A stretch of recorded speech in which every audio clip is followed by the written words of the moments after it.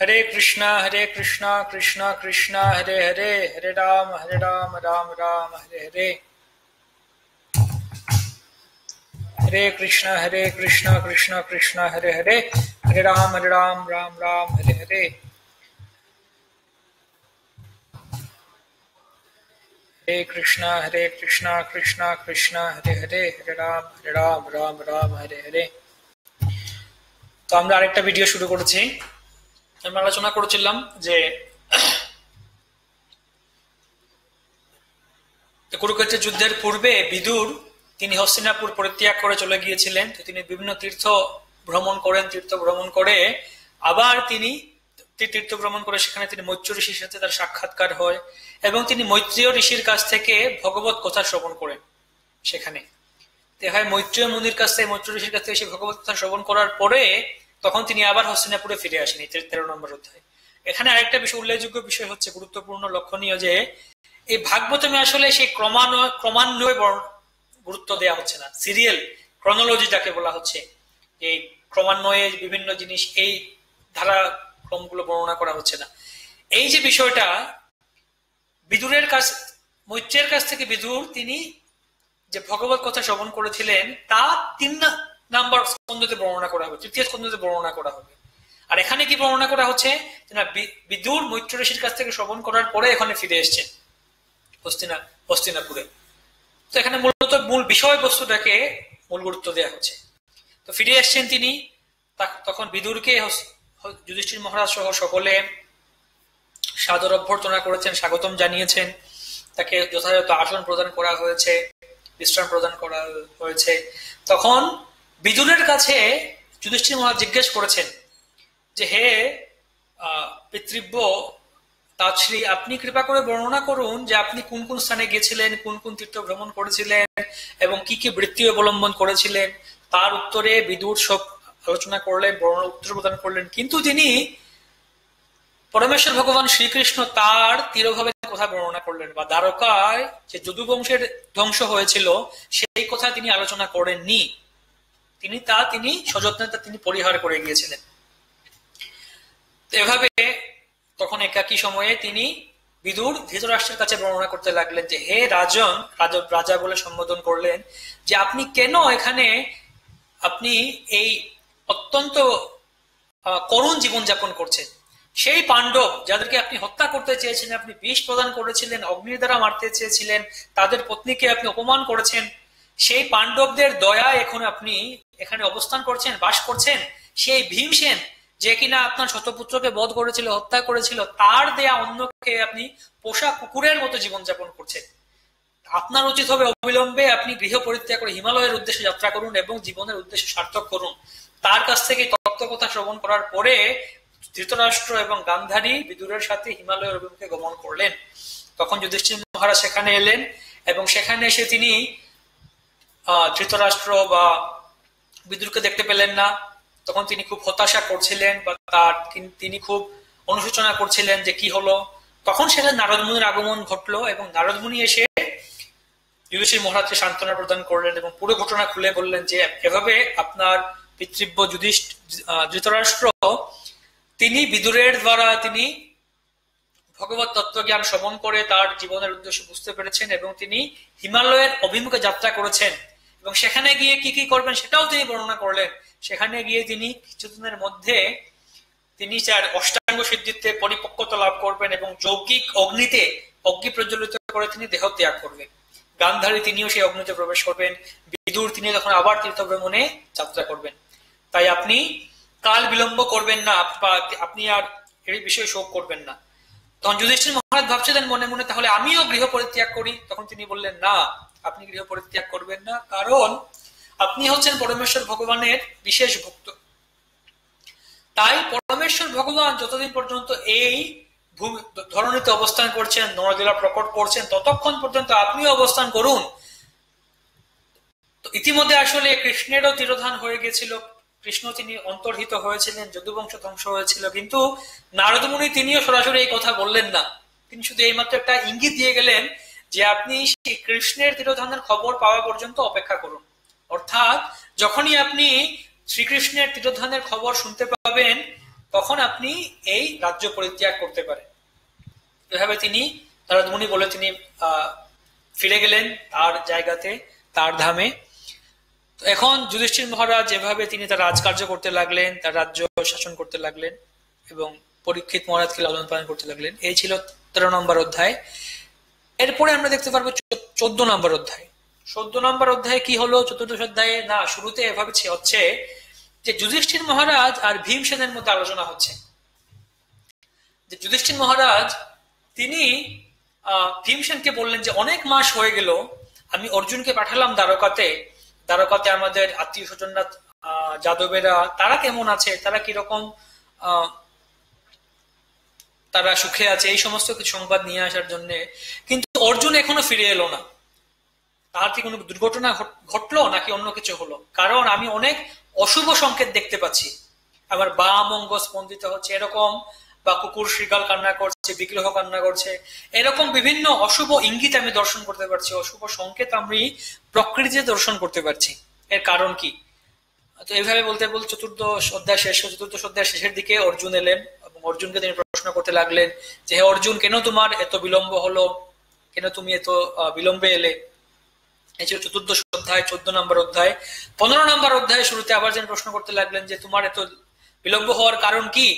আমাদের মিত্র বা আমাদের স্বজন যাদবেরা তারা তো সুখে আছেন তো, দ্বারকা ভূমিতে বা মথুরায় তারা সুখে আছেন। উগ্রেশন কেমন আছেন, বসুদেব কেমন আছেন, দেবকী আদি তারা বসুদেবের পুত্ররা কেমন আছেন, সাত্যকী কেমন আছেন, বা সেই প্রদ্যুম্ন অনিরুদ্ধ তারা কেমন আছেন, এবং শেষে বললেন পরমেশ্বর ভগবান শ্রীকৃষ্ণ তিনি কেমন আছেন, তিনি তার পার্শ্বদেরকে নিয়ে আনন্দের লীলাবিলাস করছেন তো? তার প্রশ্নের উত্তর দেওয়ার জন্য তখন অর্জুন উত্তর দেওয়া শুরু করলেন এবং তিনি তখন বললেন বঞ্চিতস্মি মহারাজা হরিণা বশ্যতাম। তিনি বললেন হে রাজা, আমি সেই পরমেশ্বর ভগবানের দ্বারা আজ বঞ্চিত হয়েছি, তিনি আজকে আমাকে ছেড়ে চলে গিয়েছেন।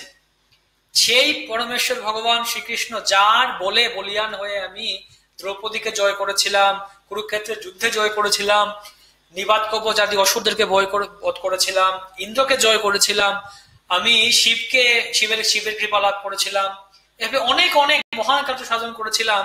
আজকে সেই পরমেশ্বর ভগবান শ্রীকৃষ্ণ আমাকে ছেড়ে গিয়েছেন বলে আজকে আমি কতজন দুর্বল গোপ বালক রাখালদের কাছে পরাজিত হয়েছে, তারা আমাকে পরাস্ত করেছে। এই হচ্ছে আমার শক্তি। আমার সেই শক্তি সোহম রথি নৃপতয় যত আনমন্তি তদ্বে ধনুস্তৈশবো সো রথ হয়ে আসতে। তিনি বলছেন যে আমার কাছে এখনো সেই রথ রয়েছে, আমার কাছে আমার সেই গান্ডীব নামক ধনুক রয়েছে, আমার বাণ রয়েছে, আমি সেই আগের মতো আমার ধনুধারী অর্জুন বর্তমান রয়েছি। কিন্তু এত কিছু থাকার পরেও আজকে আমার সেই শক্তি হারিয়ে গেছে। কারণ কি? তার মানে কি? তার মানে আমার প্রকৃত শক্তি গান্ডীব ছিল না, আমার প্রকৃত বল প্রকৃত ক্ষমতা আমার রথ ছিল না, প্রকৃত বল আমার সেই যুদ্ধবিদ্যা ছিল না। প্রকৃত বল সামর্থ্য কি ছিল না? পরমেশ্বর ভগবানের কৃপাই ছিল আমার প্রকৃত শক্তি, যার দ্বারা আমি এই মহান কার্য সাধন করতে পেরেছিলাম। তো তখন তিনি কৃষ্ণের তিরোধানের খবর ব্যক্ত করলেন যুধিষ্ঠির মহারাজের কাছে। অতঃপর কি হলো? এই ছিল 15 নম্বর অধ্যায়। সেই 15 নম্বর অধ্যায় শেষের দিকে তখন কি হলো? যে তখন যুধিষ্ঠির মহারাজ পরীক্ষিত মহারাজকে হস্তিনাপুরের রাজ্যে বসালেন বা সিংহাসনে বসালেন। তিনি কৃষ্ণের পুত্র অর্থাৎ অনিরুদ্ধের পুত্র বজ্রনাভকে মথুরার সিংহাসনে বসালেন এবং নিজে তখন গৃহত্যাগ করে হিমালয়ের উদ্দেশ্যে যাত্রা করলেন। তার অনুসরণ করে অন্যান্য পাণ্ডবেরা তারাও হিমালয়ের উদ্দেশ্যে যাত্রা করলেন। কুন্তী মহারানী তিনিও সেই পরম গতি লাভ করলেন। তাদেরকে দেখে দ্রৌপদী এবং সুভদ্রা তারাও সেই পরম গতি লাভ করলেন। এভাবে সমস্ত পাণ্ডবেরা ভগবানের দিব্যধাম লাভ করলেন, পরমেশ্বর ভগবানের দিব্যধাম গোলক বৃন্দাবনে গমন করলেন। এই ছিল 15 নম্বর অধ্যায়। এখন আবার যে প্রশ্ন করা হয়েছিল যে পরীক্ষিত মহারাজের কার্যকলাপ, সেই কার্যকলাপের উত্তর দেওয়ার জন্য 16 নম্বর এবং 17 নম্বর অধ্যায়ও বর্ণনা করছেন। কি বর্ণনা করছেন এখানে? যে পরীক্ষিত মহারাজের শাসন, আদর্শ রাজা রূপে পরীক্ষিত মহারাজ কিভাবে রাজ্য শাসন করেছিলেন এবং কিভাবে তিনি কলিকে দণ্ড প্রদান করেছিলেন তা তিনি বর্ণনা করছেন 16 এবং 17 নম্বর অধ্যায়। হ্যাঁ, এই ছিল 16 এবং 17 নম্বর অধ্যায়। এবং এখন 3 নম্বর প্রশ্ন ছিল কি? যে পরীক্ষিত মহারাজ কেন তার রাজ্য পরিত্যাগ করে গঙ্গার তীরে প্রবেশন করেছেন? এই প্রশ্নের উত্তর প্রদান করার জন্য এখন তিনি বলছেন, আবার তার সেই আলোচনার পটভূমি পরিবর্তন করছেন। তিনি বলছেন যে একবার পরীক্ষিত মহারাজ রাজা ছিলেন, ক্ষত্রিয় ছিলেন। ক্ষত্রিয়ের ধর্ম হচ্ছে তারা মাঝে মাঝে তারা শিকার করতে যেতেন বনে জঙ্গলে। পরীক্ষিত মহারাজ একবার শিকার করতে গিয়েছেন, মৃগয়ার করার জন্য গিয়েছেন তিনি বনে, এবং তিনি খুবই তৃষ্ণার্ত এবং ক্ষুধার্ত হয়ে গিয়েছিলেন। এই তৃষ্ণার্ত এবং ক্ষুধার্ত হয়ে তিনি কি করলেন, তিনি পাশে দেখতে পেলেন একটা আশ্রম, একটা মুনির আশ্রম। তিনি সেখানে প্রবেশ করলেন, সেখানে দেখলেন শ্রমিক ঋষি আসলে সেখানে বসে আছেন, ধ্যানে সমাধি মগ্ন হয়ে বসে আছেন। তো পরীক্ষিত মহারাজ সেই শ্রমিক ঋষির কাছে জিজ্ঞেস করলেন যে, মুনিবর, আমি খুব তৃষ্ণার্ত এবং ক্ষুধার্ত, আমাকে কৃপা করে একটু জল প্রদান করুন, আমি জল গ্রহণ করতে চাই, পান করতে চাই। কিন্তু শ্রমিক ঋষি তিনি ধ্যান মগ্ন ছিলেন, তিনি পরীক্ষিত মহারাজকে দেখতে পেলেন না, তার কথা শুনতে পেলেন না, তিনি তার ধ্যানে বসে রইলেন। এখন হলো কি, সেই যখন এভাবে তার কোন প্রত্যুত্তর পাচ্ছেন না, তখন কি করলেন পরীক্ষিত মহারাজ, তিনি খুব ক্রুদ্ধ হয়ে গেলেন এবং তিনি তখন ক্রুদ্ধ হয়ে পাশে দেখলেন একটা মৃত সর্প পড়ে রয়েছে, মৃত সাপ পড়ে রয়েছে। তিনি সেই মৃত সাপকে তার ধনুকের অগ্রভাগ দিয়ে সেই শ্রমিক ঋষির গলায় পেঁচিয়ে দিলেন, মালার মতো, হারের মতো পেঁচিয়ে দিলেন এবং সেখান থেকে চলে গেলেন। এই ছিল মূল ঘটনা। এবং এই ঘটনা যখন শৃঙ্গী, যিনি হচ্ছেন শ্রমিক ঋষির পুত্র, তিনি অন্যত্র তার বন্ধুদের সাথে খেলা করছিলেন, ছোট বালক শৃঙ্গী, তিনি যখন জানতে পারলেন যে এরকম পরীক্ষিত মহারাজ আমার পিতার সাথে এরকম আচরণ করেছেন, তখন তিনি ক্রুদ্ধ হলেন এবং তার বন্ধুদেরকে বলতে লাগলেন, দেখো কলিযুগের কি প্রভাব, যে সেই রাজা যে কিনা আমাদের দ্বারের কুকুরের মতো, সে আজ আমাদের দ্বারে বসে আজ গৃহকর্তার সাথে বসে ভোজন করতে চাইছে, সে আজকে এরকম অন্যায় আচরণ করছে আমার পিতার সাথে, আমার পিতার গলায় মৃত সর্প পেঁচিয়ে দিয়েছে, তাই আমি এর প্রতিশোধ গ্রহণ করব।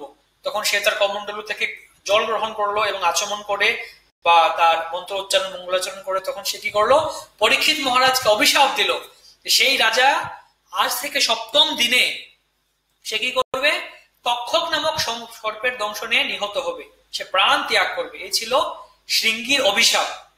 শৃঙ্গী অভিশাপ প্রদান করলো। অভিশাপ প্রদান করে সে তার পিতার আশ্রমে আগমন করলো আবার, এবং সেখানে কান্না করতে লাগলো।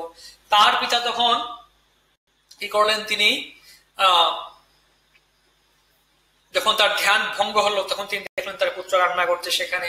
তখন তিনি তার পুত্রকে জিজ্ঞেস করলেন যে, হে পুত্র, তুমি কেন কান্না করছো? তখন শৃঙ্গী বর্ণনা করলো সমস্ত ঘটনা, যে এভাবে আপনার সাথে পরীক্ষিত রাজা সে এরকম আচরণ করেছে। তো শ্রমিক ঋষি দেখতে পেলেন তার গলায় একটা সাপ, তিনি সেটা ছুঁড়ে ফেলে দিলেন, কিছু মনে করলেন না তিনি। এভাবে যে যখন সে পরীক্ষিত আপনার সাথে এরকম আচরণ করেছেন, তা দেখে ক্রুদ্ধ হয়ে আমি কি করেছি, তা দেখে ক্রুদ্ধ হয়ে আমি সে পরীক্ষিতকে অভিশাপ দিয়েছি যে আজ থেকে 7 দিনের মাথায় সে তক্ষক নামক সর্পের দংশনে নিহত হবে। কিন্তু এটা শোনার পরে শ্রমিক ঋষি কিন্তু তার অনুমোদন করলেন না, সমর্থন করলেন না। তিনি বলতে লাগলেন, হে বৎস, তুমি এটা অন্যায় করেছো, তুমি ঠিক করোনি এটা। পরীক্ষিত মহারাজ হচ্ছেন ভগবানের মহান ভক্ত, তিনি হচ্ছেন আদর্শ রাজা, রাজা হচ্ছেন সবসময় ভগবানের প্রতিনিধি, তাকে আমরা কখনো অভিশাপ প্রদান করতে পারি না। তার উপরে পরীক্ষিত হচ্ছেন ভগবানের মহান ভক্ত, যাকে কিনা পরমেশ্বর ভগবান বিষ্ণু তার পরীক্ষিত মহারাজ মাতৃগর্ভ অবস্থায় তাকে রক্ষা করেছিলেন, এবং তিনি মহারাজের ভগবান ভক্ত, তাই তাকে আমরা কখনো অভিশাপ প্রদান করতে পারি না। তখন বলা হচ্ছে, আচার্যরা বলছেন যে শ্রমিক ঋষি তিনি তার একজন শিষ্যর দ্বারা সেই পরীক্ষিত মহারাজের কাছে খবর পাঠিয়েছিলেন যে এরকম আপনাকে অভিশাপ দিয়েছে আমার পুত্র, আপনি এখন তার প্রতিকার করুন বা একটা উপযুক্ত ব্যবস্থা গ্রহণ করুন। এদিকে পরীক্ষিত মহারাজ যখন শ্রমিক ঋষির গলা সেই মৃত সর্পটা পেঁচিয়ে দিয়ে তিনি যাচ্ছিলেন তার প্রসাদে, তখন তিনি মনে মনে চিন্তা করছিলেন যে এটা আমি কি করলাম, আমি কিভাবে একজন ব্রাহ্মণের সাথে এরকম অন্যায় আচরণ করলাম, এটা আমার ঠিক হয়নি। প্রাসাদে যাওয়ার পরেও তিনি চিন্তা করছেন যে এটা হচ্ছে আমি পাপ করেছি এবং এই পাপের ফলে অবশ্যই আমাকে শাস্তি ভোগ করতে হবে, এবং সেই শাস্তি যেন অতি শীঘ্রই আমার কাছে আসুক, এবং সেই শাস্তি যেন কেবল আমি ভোগ করি, এই শাস্তি যেন আমার বংশের কাউকে, অন্য কাউকে যেন আমার পাপের শাস্তি ভোগ করতে না হয়, এটা যেন আমি শীঘ্র ভোগ করি, যেন আমার পাপ প্রবৃত্তি ধ্বংস হয়ে যায়। এটা ছিল তিনি প্রার্থনা করছিলেন। সেই সময় তিনি সেই সংবাদ লাভ করলেন যে তাকে অভিশাপ প্রদান করা হয়েছে। তো সেই সংবাদ শ্রবণ করে তিনি কি করলেন, গঙ্গা তীরে গমন করলেন। গঙ্গা তীরে গিয়ে তিনি সেখানে উপবেশন করলেন। এবং সেখানে তখন বিভিন্ন, যখন তিনি সে গঙ্গা তীরে গিয়ে বসলেন এরকম,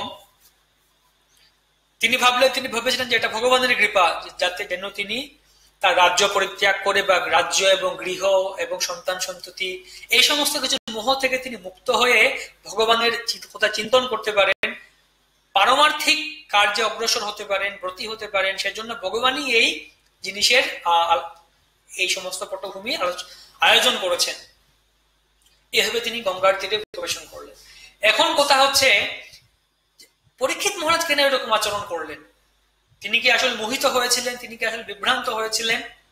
আসলে বলা হচ্ছে, অনেকে এরকম বলে থাকে যে আসলে যে পরীক্ষিত মহারাজ কলিকে সেই 5টা স্থান প্রদান করেছিলেন, 5টা স্থান প্রদান করেছিলেন। সেই 5টা স্থানের মধ্যে একটি হচ্ছে স্বর্ণ। আসলে আমরা একটা জায়গা এখানে অতিক্রম করে গিয়েছি, সেটি হচ্ছে 15 এবং 16 নম্বর অধ্যায়। 15 এবং 16 নম্বর অধ্যায়ে কি হয় আসলে হয়েছিল, আমরা একটু পিছনে যাব না। একবার যখন পরীক্ষিত মহারাজ এরকম পুরো রাজ্য ভ্রমণে বেরোলেন এবং রাজ্য জয়ে বের হলেন, তখন কি হয়েছিল, একবার একসাথে তিনি দেখতে পেলেন একটা বৃষ, একটা গাভী এবং একটা ষাঁড় বা বৃষ, তারা সেখানে বসে আছে এবং সেখানে একটা শূদ্র, সে কি করছে, রাজবেশী শূদ্র, সেই শূদ্র, কালো শূদ্র, সে রাজার বেশ ধারণ করেছে এবং সে বৃষ এবং গাভীকে অত্যাচার করছে, আক্রমণ করছে। সেই বৃষটির 3টা পা ভেঙে গিয়েছে। তো পরীক্ষিত মহারাজ তখন তাদের জিজ্ঞেস করলেন যে আপনি কে, কেন আপনি এদেরকে আক্রমণ করছেন, তুমি কে, কেন এরকম করছো? আর সেই বৃষকে জিজ্ঞেস করলেন আপনারা কারা, কেন আপনাদের এই অবস্থা হয়েছে? তখন সেই বৃষ, আসলে সেই বৃষ ছিলেন ধর্মরাজ এবং সেই গাভী ছিলেন মাতা ধরণী। তখন ধর্মরাজ বৃষ উত্তর দিলেন যে আসলে আমার যে আচরণ, আমার সেই অবস্থার কারণ যে কে তা আসলে আমি বুঝতে পারছি না, কারণ এই সম্বন্ধে বিভিন্ন লোকের বিভিন্ন মতবাদ রয়েছে। কেউ বলছে আমাদের দুরবস্থার কারণ হচ্ছে প্রকৃতি, কেউ বলছে আমাদের দুরবস্থার কারণ হচ্ছে কাল, কেউ বলছে স্বভাব, কেউ বলছে জীবই হচ্ছে তার অবস্থার কারণ, কর্মের ভোগের কারণ, কেউ হচ্ছে কর্ম হচ্ছে আমাদের ভোগের কারণ, আমাদের দুঃখ শোকের কারণ। আসলে কে যে এটা আপনি নিজেই নির্ণয় করুন। তখন পরীক্ষিত মহারাজ বললেন আসলে আপনি বুঝতে পেরেছেন, আপনি হচ্ছেন ধর্মরাজ স্বয়ং, কারণ আপনি ধর্মরাজ না হলে আপনি ধর্মের গুরু তত্ত্বটা জানতে পারতেন না। আর যে আততায়ী আক্রমণকারী আপনার সামনে দাঁড়িয়ে আছে, তথাপি আপনি তার পরিচয় বলছেন না, আপনি তাকে ইঙ্গিত করছেন না, অভিযোগ করছেন না। কারণ আপনি জানেন ধর্মশাস্ত্রে বলা হয়েছে যে অভিযোগকারী তিনি হচ্ছেন সেই আক্রমণকারী বা অপরাধীর মতোই একই ধরনের শাস্তি লাভ করে, একই ধরনের ফল লাভ করে। তার অর্থ হচ্ছে যে আমরা যদি অভিযোগ করি অন্যের সম্বন্ধে, সেটা ঠিক না, বা এই ব্যক্তি এরকম আচরণ করছে, ওই ব্যক্তি ওরকম আচরণ করছে, বা আমার সাথে অন্যায় হয়েছে, তাহলে আমরা অভিযোগ করা মানে সেই যে আচরণ করছে তার মতো সেই ফল লাভ করা। সেটা ভাগবত আরেকটা খুব সুন্দর তথ্য প্রদান করছেন সেখানে। তো এবারে কি বর্ণনা করছেন এখানে, যে তখন সেই কলিকে তিনি বলছেন পরীক্ষিত মহারাজ যে তোমাকে আমি শাস্তি প্রদান করবো, তোমাকে আমি হত্যা করবো। কলিকে হত্যা করার জন্য তার খড়গ নিয়ে তরবারি নিয়ে উদ্যত হলেন।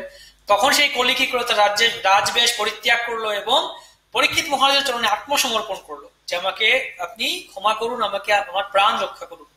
আর ক্ষত্রিয় রূপে তিনি তখন তার প্রাণ ভিক্ষা করলেন। শরণাগত সেই শত্রুকে বলা হচ্ছে হত্যা করতে নেই, তাকে প্রাণ দান করলেন। আর তখন কিন্তু তিনি কলিকে বললেন যে তুমি আমার এই রাজ্যে থাকতে পারবে না, আমার রাজ্য তুমি পরিত্যাগ করে চলে যাও, অন্যত্র যাও। তখন কলি বলছে যে হে রাজা পরীক্ষিত, সম্রাট পরীক্ষিত, এটা সম্ভব নয়, কারণ আমি যেখানেই যাবো সেটি হচ্ছে আপনার রাজ্যের অন্তর্গত, আপনি হচ্ছেন শশাগর পৃথিবীর অধীশ্বর, তাই কৃপা করে আপনি আপনার রাজ্যের মধ্যে আমাকে থাকার স্থান দিন। তখন পরীক্ষিত মহারাজ তাকে 4টা স্থান দিলেন, যে 4টা আমরা পাপ কর্মে বলছি, দ্রুত ক্রীড়া, আমিষাহার, দ্রুত ক্রীড়া, নেশা, অবৈধ সঙ্গ, এই 4টা স্থানের কথা বলছে, তুমি এই 4টা স্থানে থাকো। তখন কলি বলছেন সেটাও সম্ভব নয়, কারণ আপনার স্থানে 4টা স্থান কোথাও নেই, আপনি হচ্ছেন ধার্মিক রাজা, ভগবানের ভক্ত, আপনার রাজ্যে সকলেই হচ্ছে ভক্ত ভগবানের, আপনার রাজ্যে কোথাও এই 4টা স্থান নেই। অর্থাৎ কেউ এখানে আমিষাহার করছে না, কেউ নেশা করছে না, কেউ দ্রুত ক্রীড়া করছে না, কেউ অবৈধ সঙ্গ করছে না, আমি কোথায় যাবো তাহলে আমি? তখন বলছেন আমাকে আরেকটা 5 নম্বর স্থান দিন। তখন তিনি বলছেন যে তুমি স্বর্ণে থাকো বা সোনার মধ্যে অবস্থান করো। তখন সোনার মতো আরেকটা স্থান প্রদান করলেন তাকে, কলিকে। তখন কলি সেই সোনার মধ্যে অবস্থান গ্রহণ করলো। তো এখানে আবার এই স্থানে ফিরে আসছি আমরা, যে পরীক্ষিত মহারাজ শ্রমিক ঋষির সাথে এরকম আচরণ করছে। কেউ কেউ বলে থাকেন যে আসলে ওই যে পরীক্ষিত মহারাজ সোনার মধ্যে থাকতে বলেছিলেন কলিকে, আর পরীক্ষিত মহারাজের মাথায় মুকুট ছিল, তার গায়ে স্বর্ণের আভূষণ ছিল, সেই স্বর্ণের মধ্যে কলি অবস্থান গ্রহণ করেছিল, আর কলির দ্বারা প্রভাবিত হয়ে পরীক্ষিত মহারাজ এরকম আচরণ করেছে। কিন্তু আসলে এটা না, এটা ঠিক না। এই তথ্য আচার্যরা বলেননি কেউ। হ্যাঁ, কারণ এটা, তাহলে এর কারণ কি? এর কারণ হচ্ছে যে ঠিক যেভাবে অর্জুন, আমরা ভগবদ্গীতা দেখতে পারি যে অর্জুন পরমেশ্বর ভগবানের ভক্ত হয়েও, ভগবানের সঙ্গে থেকে, ভগবানের সামনে থাকার পরে অর্জুন কি হচ্ছেন, তিনি বিভ্রান্ত হয়ে গেছেন, তিনি মোহিত হয়ে গিয়েছিলেন। তাই অর্জুনের বিভ্রান্তি বা মোহ থেকে মুক্ত করার জন্য পরমেশ্বর ভগবান তিনি ভগবদ গীতার বাণী প্রদান করেছিলেন। কিন্তু আসলে মূল উদ্দেশ্য ছিল ভগবদ গীতা বাণী প্রদান করা। তাই ভগবদ গীতা প্রণয়ন করার জন্য, প্রবর্তন করার জন্য, আমাদের কাছে প্রদান করার জন্য পরমেশ্বর ভগবান নিজে অর্জুনকে সেই ক্ষণস্থায়ী ভাবে মোহিত করেছিলেন। একইভাবে এখানে ভগবানের ইচ্ছা হচ্ছে তিনি শ্রীমদ ভাগবতমকে অবতরণ করাবেন, শ্রীমদ ভাগবতমের প্রবর্তন করাবেন। তাই শ্রীমদ ভাগবতমের প্রবর্তনের হেতু অর্জুনের পুত্র পরীক্ষিত মহারাজকে পরমেশ্বর ভগবান নির্বাচন করেছেন। তাই পরীক্ষিত মহারাজকে তিনি সাময়িকভাবে বিভ্রান্ত মোহিত করে দিয়েছেন। তাই এখন বিভ্রান্ত মোহিত পরীক্ষিত মহারাজ তিনি কি করলেন, শ্রমিক ঋষির সাথে এরকম আচরণ করেছেন। তো সেজন্য এটা হচ্ছে ভগবানেরই পরিকল্পনা, এটা ভগবানের ইচ্ছা, সেরকম পরিকল্পনা ছিল। তাই এখন আবার তিনি প্রায় উপবেশনে এলেন, গঙ্গার তীরে অবস্থান করলেন, অনশন ব্রত করলেন, আমরণ অনশন ব্রত। অর্থাৎ প্রায় উপবেশন কথা অর্থ হচ্ছে তিনি অনশন ব্রত গ্রহণ করলেন, যে মৃত্যু পর্যন্ত তিনি জল গ্রহণ করবেন না, কোনো ক্ষুধা গ্রহণ করবে, খাবার গ্রহণ করবেন না, তিনি নিদ্রা গ্রহণ করবেন না। এভাবে গঙ্গার তীরে তিনি উপবেশন করে আছেন। তো অনেকে বলেন যমুনার তীরে, তো সেটা প্রভুপাদ তাৎপর্য বলছেন হ্যাঁ দুটোই ঠিক। আসলে হয়তো যমুনাই হচ্ছে বেশিরভাগ ঠিক, কেননা প্রভুপাদ বলছেন যেহেতু হস্তিনাপুর হচ্ছে দিল্লি, আর দিল্লির পাশ দিয়ে যমুনা প্রবাহিত হচ্ছে, স্বাভাবিকভাবে তিনি যমুনার তীরে ইয়ে করছেন। তাই গঙ্গা যমুনা দুটোই ঠিক, প্রভুপাদ বলছেন। তো এখন এই যে পরীক্ষিত মহারাজ, তাকে অভিশাপ দেওয়া হয়েছে, তিনি গঙ্গার তীরে উপবেশন করেছেন, এই সংবাদ সমস্ত ব্রহ্মাণ্ডে ছড়িয়ে পড়েছে। বিভিন্ন লোকে, বিভিন্ন গ্রহে তারা খবর পেয়েছেন। সেখান থেকে দেবতারা এবং বিভিন্ন মুনি ঋষিরা তারা সেখানে এলেন। ব্যাস, ধবল, অসিত, নারদ, পরশুরাম, বিভিন্ন মুনি ঋষিরা তারা তাদের শিষ্য সহ সেখানে এলেন পরীক্ষিত মহারাজকে দর্শন করতে। বিভিন্ন দেবতারাও সেখানে এলেন এবং দেবতারা এসে পরীক্ষিত মহারাজের মহিমা বর্ণনা করতে লাগলেন। এবং তারাও তখন নির্ণয় করলেন যে পরীক্ষিত মহারাজ যতক্ষণ পর্যন্ত না দেহ ত্যাগ করছেন ততক্ষণ পর্যন্ত তারা সেখানে অবস্থান করবে। আসলে আচার্যরা বলছেন, প্রভুপাদে বলছেন যে আসলে তারা বুঝতে পেরেছিলেন যে আগামীতে, যেহেতু তারা ত্রিকালদর্শী ছিলেন, ত্রিকালজ্ঞ ছিলেন, ভবিষ্যৎ বুঝতে পারতেন, তাই তারা বুঝতে পেরেছিলেন যে আগামীতে এখানে সুখদেব গোস্বামী আসবেন কিছুক্ষণ পর, এবং সুখদেব গোস্বামী 7 দিন ধরে ভগবত কথা কীর্তন করবেন পরীক্ষিত মহারাজের কাছে। তাই তারাও সেই সুযোগ গ্রহণ করার জন্য, লাভ গ্রহণ করার জন্য তারাও সেখানে এসেছিলেন।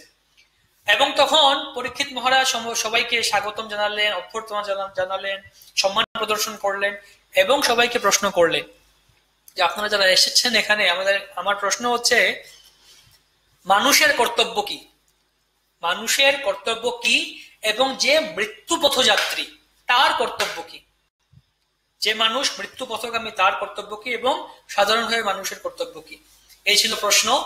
তো আচার্যরা বলছেন হয়তো এখানে তারা বিভিন্ন মুনি ঋষিরা ছিলেন, বিভিন্ন পরমার্থবাদীরা ছিলেন, বিভিন্ন মার্গের অনুসরণকারী ছিলেন, কর্ম, জ্ঞান, যোগ, বিভিন্ন মার্গ, তো তারা বিভিন্ন পন্থা দিচ্ছিলেন।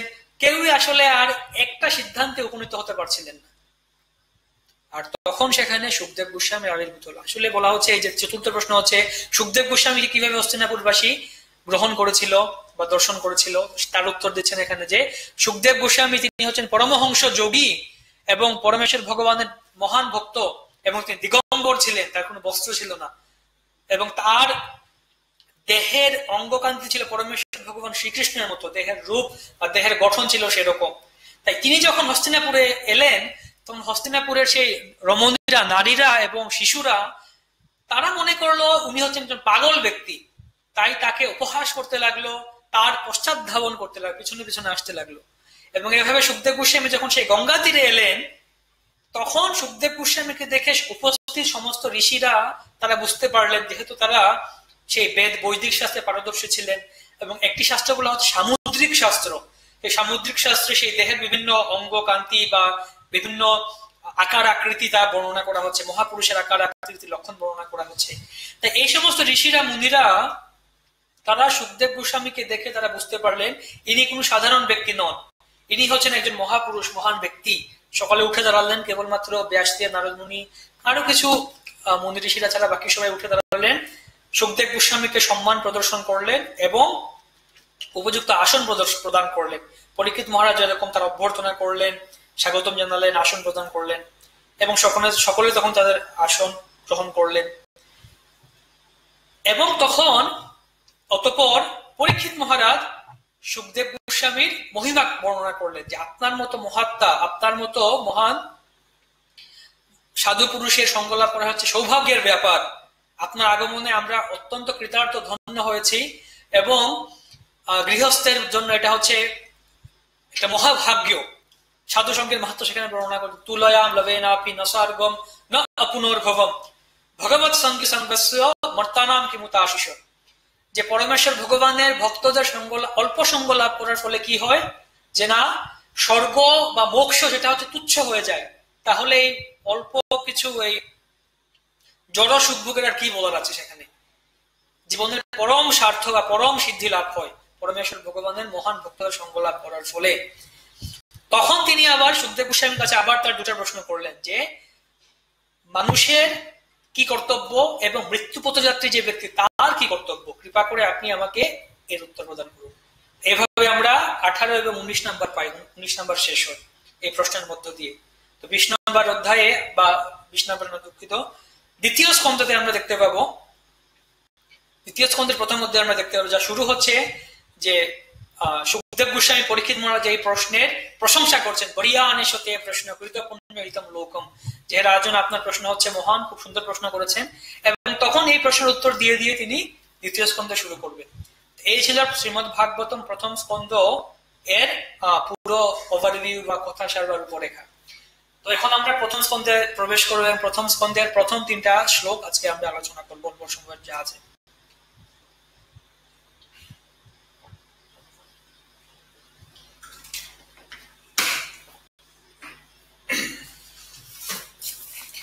যাদের কাছে বই আছে আপনারা দেখতে পারেন, প্রথম 3টা শ্লোক উচ্চারণ করব একসাথে।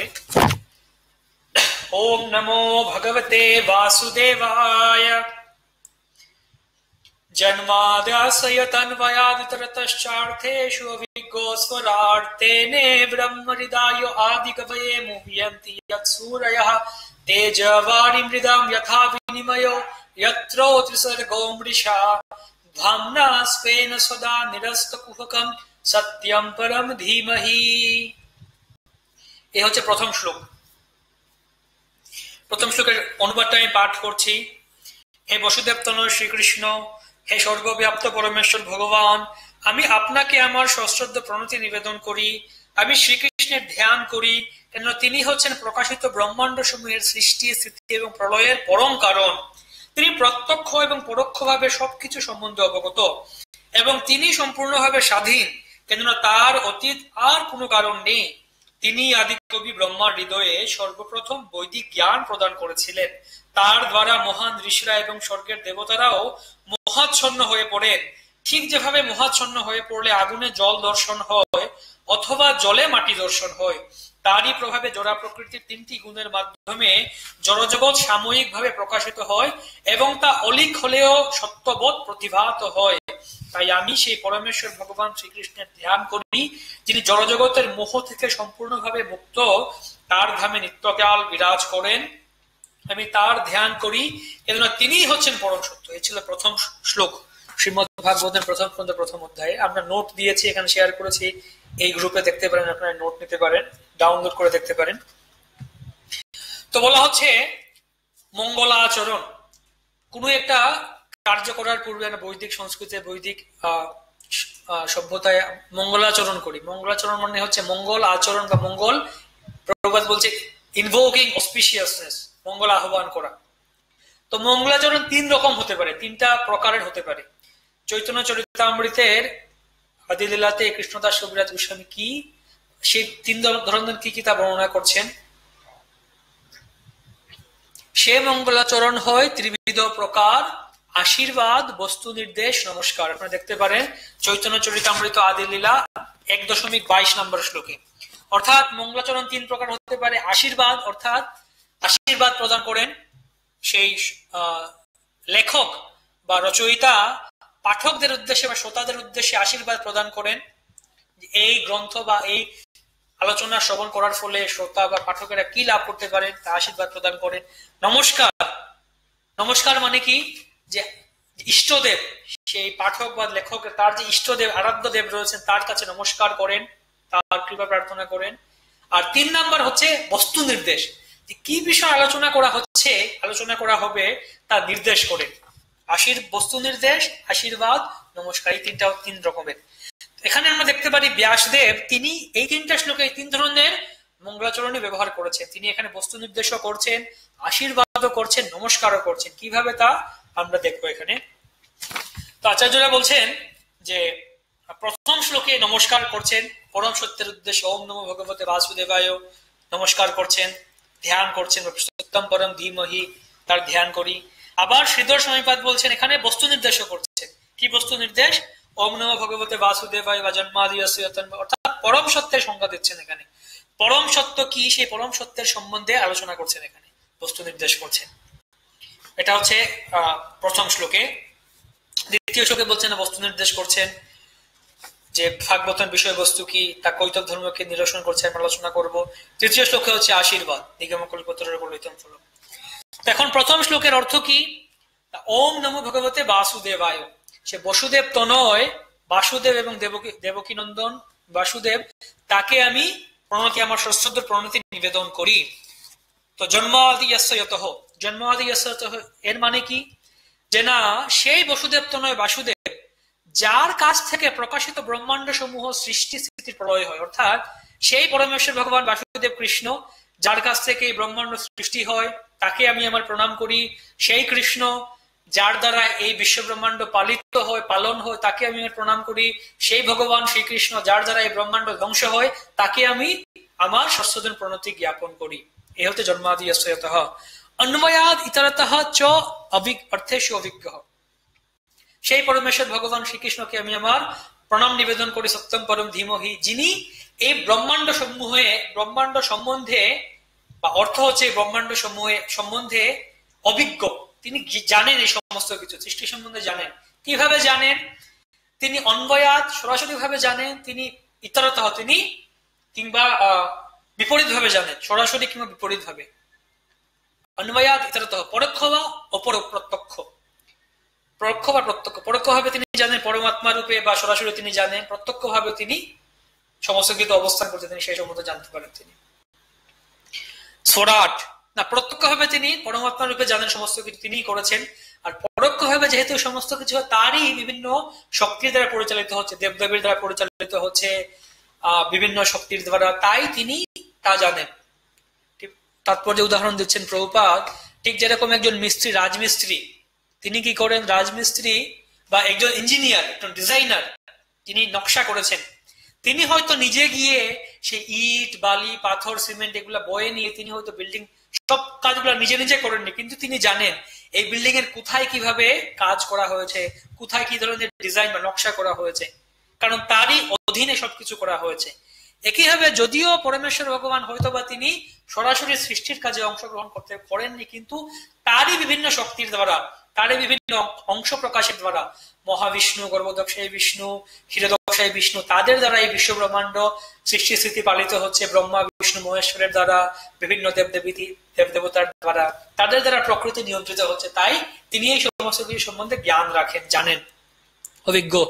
সোরাট, তিনি হচ্ছেন সম্পূর্ণভাবে স্বাধীন, তিনি কারো উপর পরাধীন নন। পরমেশ্বর ভগবান হচ্ছেন স্বাধীন।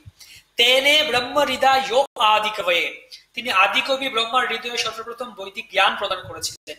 তেনে ব্রহ্ম হৃদয় আদি কবয়ে। অর্থাৎ আমরা জানি আদিকবি ব্রহ্মা হচ্ছেন আদিকবি, তার হৃদয়ের শীর্ষ শুরুতে সেই ভগবত তত্ত্ব জ্ঞান দান করেছিলেন। ব্রহ্মা পরবর্তীতে তা নারদ মুনির কাছে প্রদান করেন, নারদ মুনি তা ব্যাসদেবের কাছে প্রদান করেন, ব্যাসদেব তার শিষ্য, এরকম শিষ্য প্রশিষ্য করে করে তা পরম্পরার ধারায় আমাদের কাছে সেই ভগবত তত্ত্ব জ্ঞান আসছে। তেনে ব্রহ্ম হৃদয় আদিকবয়ে মুহ্যন্তি ইয়ৎ সূরয়ঃ। সেই পরমেশ্বর ভগবানকে জানতে গিয়ে এমনকি ঋষিরা, মহান ঋষিরা এবং দেবতারা পর্যন্ত মুহ্যমান হন। ঠিক যেন ব্রহ্ম বিমোহন লীলা দেখতে পারি, বা ইন্দ্রের সেই গোবর্ধন লীলা দেখতে পারি, বিভিন্ন দেবতারাও পরমেশ্বর ভগবানকে চিনতে পারেন না, এবং তারা পর্যন্ত পরমেশ্বর ভগবানের লীলা বুঝতে গিয়ে তারা বিভ্রান্ত হয়ে যান। এরপরে বলছেন তেজ বাড়ি মৃদাম যথা বিনিময়। উদাহরণ দিচ্ছেন এখানে কিভাবে তারা বিভ্রান্ত হন।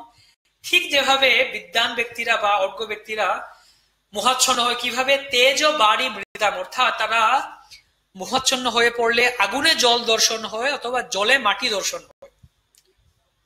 অর্থাৎ মরিচিকা ঠিক যেরকম আমরা দেখতে পারি মরিচিকা আছে মরুভূমিতে, মরিচিকায় মনে হয় কি সেই মাটির মধ্যে জল আছে বা জলের মধ্যে মাটি আছে, এরকম আমরা দেখতে পারি, কিন্তু আসলে প্রকৃতপক্ষে সেখানে জল নেই।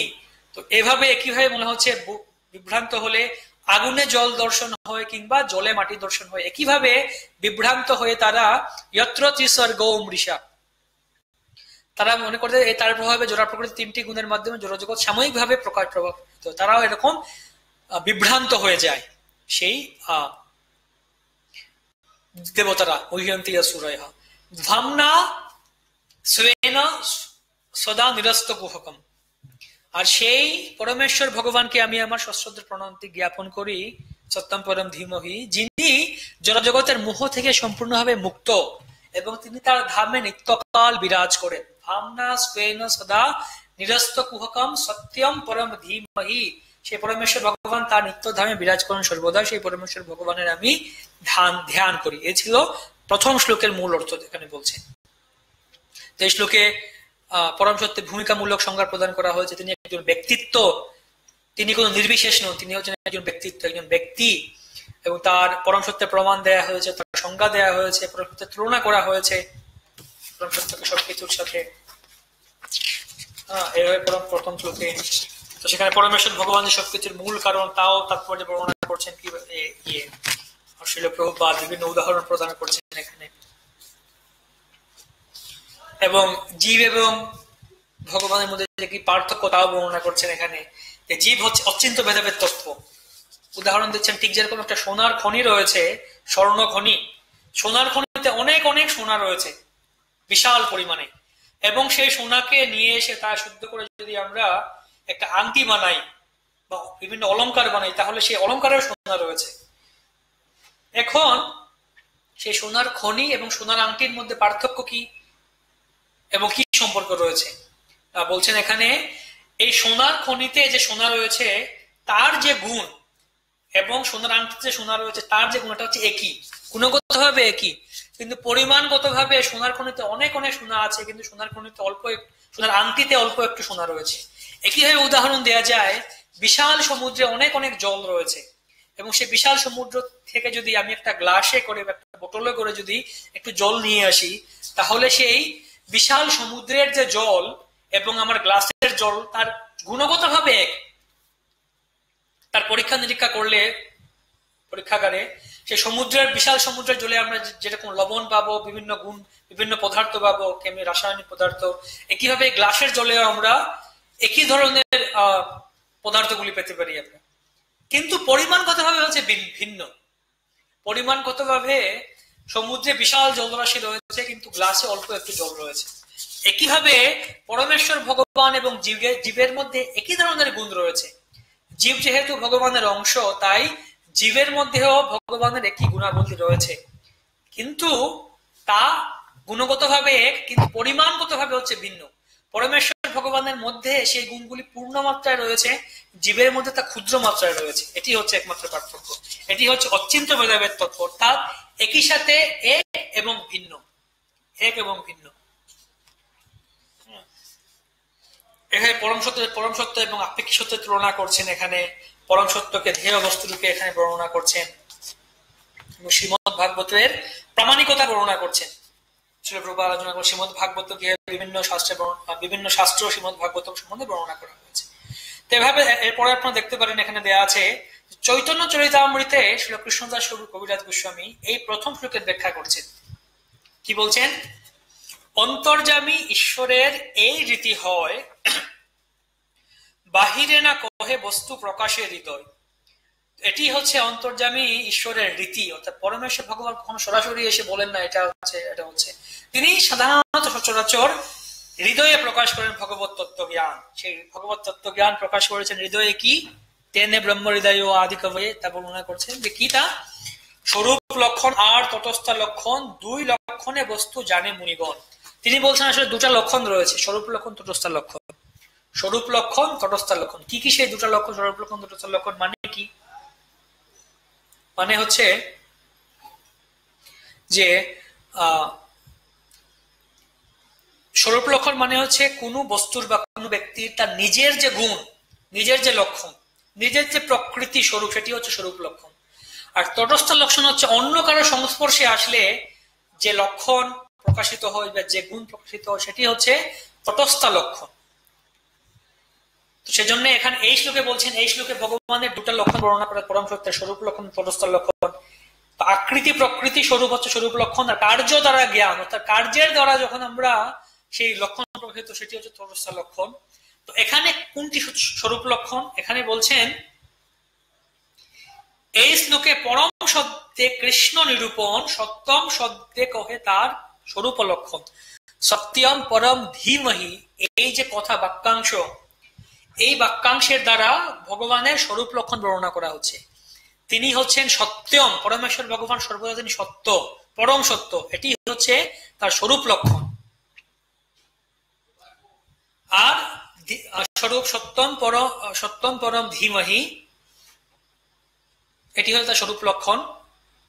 আর তটস্থ লক্ষণ হচ্ছে যে কার্য দ্বারা জ্ঞান, কার্য দ্বারা জ্ঞান হচ্ছে তার তটস্থ লক্ষণ। কি সেই কার্য দ্বারা জ্ঞান? তিনি বিশ্ব সৃষ্টি করেছেন, তিনি বেদ ব্রহ্মাকে পড়িয়েছেন, তিনি অর্থ অভিজ্ঞতা বা তিনি, এটা হচ্ছে তার, অর্থাৎ তিনি যে বিশ্ব সৃষ্টি করেছেন, ব্রহ্মাকে বেদ পড়িয়েছেন, এটি হচ্ছে তার তটস্থ লক্ষণ। কারণ সৃষ্টির পূর্বে তিনি এই কাজটা করেননি। যখন সৃষ্টি হয়নি তখন তিনি বিশ্ব সৃষ্টি করেননি বা তিনি ব্রহ্মাকে বেদ পড়াননি। যখন তিনি সৃষ্টি করেছেন বা বেদ পড়িয়েছেন, এর ভিত্তিতে এখানে বলা হচ্ছে না পরমেশ্বর ভগবানের গুণ, তিনি স্রষ্টা, তিনি জগৎপতি। কিন্তু সৃষ্টির পূর্বেও তিনি সত্য ছিলেন, এই জন্য সত্য হচ্ছে তার স্বরূপ লক্ষণ। একইভাবে বলা যায় পরমেশ্বর ভগবানের অনন্ত নাম রয়েছে, নামগুলির মধ্যে আমরা বলতে পারি স্বরূপ নাম, তটস্থ নাম, মুখ্য নাম এবং গৌণ নাম। কিভাবে মুখ্য এবং গৌণ? অর্থাৎ কৃষ্ণ, বাসুদেব, দেবকী নন্দন, এই সমস্ত ভগবান যে অপ্রাকৃত লীলাবিলাস সম্বন্ধিত সেই জ্ঞান, সেই গুণ রয়েছে বা নাম রয়েছে, সেটি হচ্ছে ভগবানের মুখ্য নাম বা স্বরূপ নাম। তার মধ্যে সব থেকে মুখ্য হচ্ছে কৃষ্ণ। আর ভগবানের অন্যান্য নাম রয়েছে যেমন জগৎপতি, জগদীশ্বর, স্রষ্টা, ঈশ্বর, ভগবান। এই সমস্ত নামের দ্বারা ভগবানের কতটা বৈশিষ্ট্য প্রকাশ করছে, সেজন্য সেটি হচ্ছে গৌণ নাম বা তটস্থ নাম। এইভাবে এখানে আমরা দেখতে পারি। তো এখানে এভাবে এই শ্লোকে স্বরূপ এবং তটস্থ লক্ষণের কথা বর্ণনা করা হচ্ছে। তো এইসব কার্য হচ্ছে তটস্থ লক্ষণ। অতএব ভাগবত সূত্রের অর্থরূপ নিজকৃত সূত্রের নিজ ভাষ্য স্বরূপ।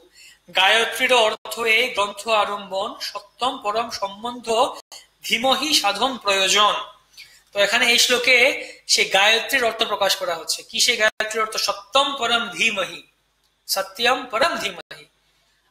আমরা জানি যারা গায়ত্রী দীক্ষিত আছেন তারা দেখবেন যে গায়ত্রীর মধ্যে ধীমহি কতটা আছে, যে ধ্যান করা, সেই অর্থ এখানে প্রকাশ করা হচ্ছে, সত্যম পরম ধীমহি। তা আচার্যরা বিশেষত ভক্তি সিদ্ধান্ত সরস্বতী ঠাকুর তার গৌড়ীয় ভাষ্যে তা উল্লেখ করেছেন, আলোচনা করেছেন। এরপর আরেকটা গুরুত্বপূর্ণ বা খুব আকর্ষণীয় জিনিস, ভক্তি সিদ্ধান্ত সরস্বতী ঠাকুর তার গৌড়ীয় ভাষ্য নামক সেখানে তিনি আলোচনা করেছেন, উল্লেখ করেছেন যে একজন ভক্ত, জনৈক ভক্ত, আসলে কে সেই ভক্ত তার নাম এখানে তিনি উল্লেখ করেননি। তিনি বলছেন জনৈক ভক্ত এই শ্লোকের আরেকটা ব্যাখ্যা প্রদান করেছেন, যেই ব্যাখ্যার দ্বারা আমরা কি বুঝতে পারি যে পরমেশ্বর ভগবান তিনি হচ্ছেন, পরমেশ্বর ভগবান যে না, শ্রী চৈতন্য মহাপ্রভুকে এই শ্লোকে ইঙ্গিত করা হচ্ছে তা এখানে বুঝতে পারি আমরা। অর্থাৎ এই শ্লোকের তিনি খুব সুন্দরভাবে এখানে ব্যাখ্যা করেছেন যে পুরো চৈতন্য লীলাকে তিনি এই শ্লোকের মধ্যে ঢুকিয়ে দিয়েছেন। কি সেটা? তিনি বলছেন জন্ম আদি ইয়স্য যতঃ, যে সেই শ্রী চৈতন্য মহাপ্রভু সত্যম পরম ধীমহি, মানে হচ্ছে সেই শ্রী চৈতন্য মহাপ্রভু আমরা ধ্যান করি। কোন শ্রী চৈতন্য মহাপ্রভু?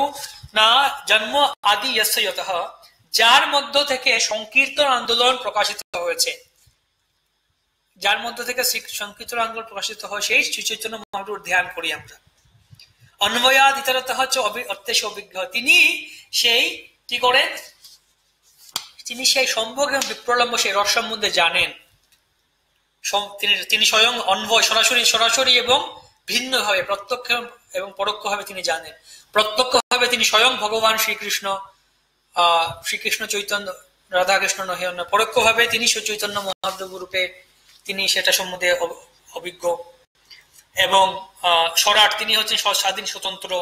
তেনে ব্রহ্ম হৃদয় ও আদি কবয়ে, তিনি সেই আদি কবিদের হৃদয়ে সেই ভগবত তত্ত্ব জ্ঞান প্রকাশ করেছিলেন। কে কে সেই আদি কবি? তাদের সম্বন্ধে বলতেন সুখদেব গোস্বামী, তিনি সুখদেব গোস্বামীর হৃদয়ে সেই জ্ঞান প্রদান করেছিলেন। মাধবেন্দ্র পুরীপাদের হৃদয়ে সেই ভক্তি রস, প্রেমামৃত জ্ঞান প্রদান করেছিলেন। বিল্লমঙ্গল ঠাকুর, লীলাসুখ, চণ্ডীদাস, বিদ্যাপতি, জয়দেব, তাদের হৃদয়ে সেই মাধুর্য রসের জ্ঞান প্রদান করেছিলেন, তত্ত্ব প্রদান করেছিলেন।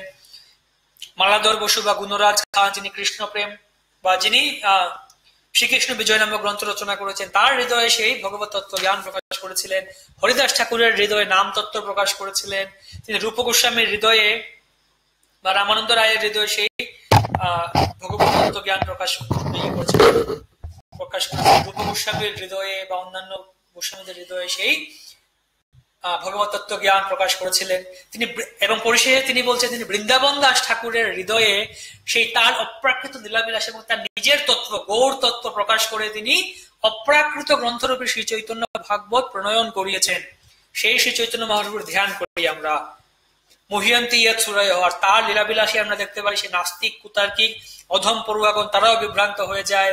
বঙ্গকবি প্রমুখ সিদ্ধান্ত বিরোধী তারাও মোহিত হয়। সার্বভৌম প্রকাশানন্দ সরস্বতী প্রভৃতি ব্যক্তিরা, রামচন্দ্রপুরী প্রভৃতি ব্যক্তিরা, বল্লভ ভট্টাচার্য প্রভৃতি ব্যক্তিরা, কালাকৃষ্ণ দাস, বলভদ্র ভট্টাচার্য, ছোট হরিদাস, এভাবে বিভিন্ন ব্যক্তিরা মোহিত হয়। এইভাবে এখানে বিশেষ নোট দেওয়া আছে, আপনারা পড়তে পারেন, এটা দেখুন।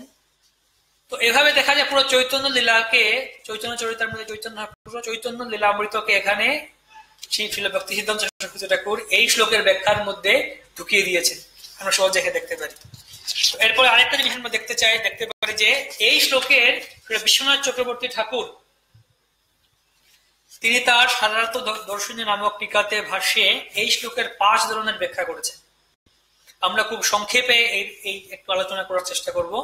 আপনারা এই নোট করতে পারেন, যতটুকু বুঝতে পারেন চেষ্টা করতে, প্রশ্ন থাকলে প্রশ্ন করতে পারেন পরবর্তীতে। প্রথম ব্যাখ্যাটা প্রভুপাদ নিয়েছেন, এটা প্রথম ব্যাখ্যা যা আমরা আলোচনা করলাম, প্রভুপাদের তাৎপর্য হচ্ছে এই ব্যাখ্যাটাই।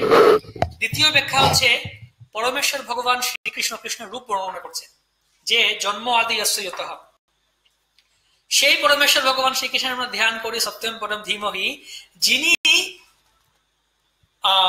বসুদেবের গৃহে আবির্ভূত হয়েছিলেন এবং নন্দগৃহে গমন করেছিলেন।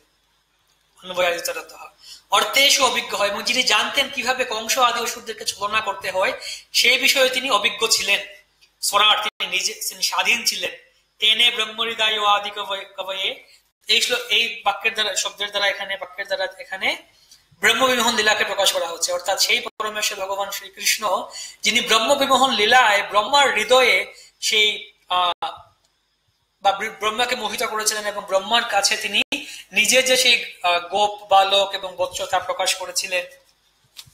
এবং মুহ্যন্তি ইয়সুরয়ঃ, যোগমায়ার প্রভাবে ভব, নারদ প্রভৃতি দেবতারা মোহিত হন ব্রহ্মবিমোহন লীলা। তারপরে ইন্দ্রের সেই গোবর্ধন লীলা, সেখানে তারা মোহিত হয়েছিলেন। তেজ বাড়ি মৃদাম যথা বিনিময় যত্র তেসর গো মৃষা, ঠিক যেভাবে আগুনে জল দর্শন হয়, জলে মাটি দর্শন হয়, আমরা বিভ্রান্ত হতে পারি। একইভাবে সেই অসুরেরা, নাস্তিকেরা ভগবানের প্রকটকালে তারা কি হয়েছিল, তারা ভগবানকে মাইক বলে মনে করেছিল। তারা ভগবানকে মায়ার দ্বারা প্রভাবিত মনে করেছিল, ভগবানকে তুচ্ছ জ্ঞান করেছিল, এভাবে তারাও বিভ্রান্ত মোহিত হয়েছিল তার ভগবানের প্রকটকালে। শিশুপাল আদি বিভিন্ন রাজারা, কংস আদি বিভিন্ন, জরাসন্ধ আদি বিভিন্ন অসুরেরা। ধামনা ইয়েন সদা স্বেন সদা নিরস্ত কুহকম, সেই পরমেশ্বর ভগবান যিনি মথুরা নামক ধামে অবস্থান করেন, সত্যম পরম ধীমহি, তার ধ্যান করি। দ্বিতীয় ব্যাখ্যা। তৃতীয় ব্যাখ্যাতে আবার শ্রীকৃষ্ণ সম্বন্ধে বলছেন, সেই পরমেশ্বর ভগবান শ্রীকৃষ্ণ যার কাছ থেকে শৃঙ্গার রস বা মাধুর্য রস উদ্ভূত হয়, প্রাদুর্ভূত হয়, এবং সম্ভোগ বিপ্রলম্ব, শৃঙ্গার রসের দুটা ভাগ, সেটা তিনি জানেন, সেই সম্বন্ধে জানেন তিনি, এই উপযোগী সমস্ত কলা সম্বন্ধে জানেন। স্বরাট নিত্য বিরাজমান তেনে ব্রহ্ম হৃদয় আদি কবয়ে, যিনি আদি রসের কবি, অর্থাৎ ভরত মুনি বলা হচ্ছে এখানে আদি কবি বলা হচ্ছে। ভরত মুনি তিনি হচ্ছে নাট্যশাস্ত্রের প্রবক্তা, বা তিনি হচ্ছে নাট্যশাস্ত্রের রচয়িতা। তো নাট্যশাস্ত্র হচ্ছে একটা খুব আদি একটা শাস্ত্র, এবং যেখানে বিভিন্ন রসের কথা, শৃঙ্গার রস, মাধুর্য রসের কথা বর্ণনা করা হচ্ছে। এবং সেটা রূপ গোস্বামী পা তিনি যখন ভক্তি রসামৃত সিন্ধু রচনা করেন, তখন তিনি সেই নাট্যশাস্ত্র থেকে সেই বিভিন্ন ব্যাখ্যা গ্রহণ করেন তার ভক্তি রসামৃত সিন্ধুতে। এখানে বলছেন বিশ্বনাথ চক্রবর্তী ঠাকুর, সেই ভরত মুনির হৃদয়ে পরমেশ্বর ভগবান শ্রীকৃষ্ণ সেই ভগবত তত্ত্ব জ্ঞান প্রকাশ করেছিলেন, প্রকাশ করেছিলেন। তেজ বাড়ি মৃদাম যথা বিনিময়, সেই তার সেই অপ্রাকৃত রসে, তার সেই অপ্রাকৃত সেই শৃঙ্গার রসে অন্যান্য সময় ধ্বনি অলঙ্কার গুণ তা হচ্ছে বৃথা। ধামনা স্বেন সদা নিরস্ত কুহকম, তিনি সেই মাধুর্য আস্বাদনের দ্বারা সে কুতার্কিকদের সেই কুতর্ক নিরস্ত করেন, তার সেই সত্য তার আমরা ধ্যান করি। চতুর্থ ব্যাখ্যা হচ্ছে রাধা কৃষ্ণ স্বয়ং একসাথে। কিভাবে তা না, যে রাধা কৃষ্ণ হতে শৃঙ্গার রসের আবির্ভাব হয়েছে, জন্মাদি অন্বয়াত ইতরতঃ চ। অন্বয়াত মানে হচ্ছে সেই পরমেশ্বর ভগবান। আমি অল্প একটু বিরতি নিচ্ছি 2 সেকেন্ডের।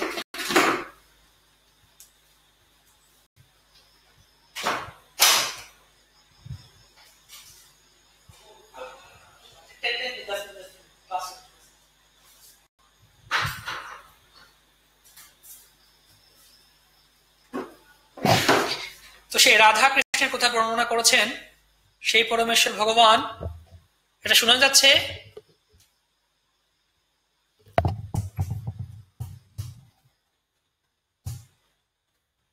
হরে কৃষ্ণ, কেউ প্লিজ কমেন্ট করতে পারেন যদি শোনা যাচ্ছে এটা। হরে কৃষ্ণ কৃষ্ণ কৃষ্ণ হরে হরে, হরে রাম রাম রাম হরে হরে, হরে কৃষ্ণ কৃষ্ণ কৃষ্ণ হরে হরে, হরে রাম রাম রাম হরে হরে, হরে কৃষ্ণ কৃষ্ণ কৃষ্ণ হরে হরে, হরে রাম রাম রাম হরে হরে।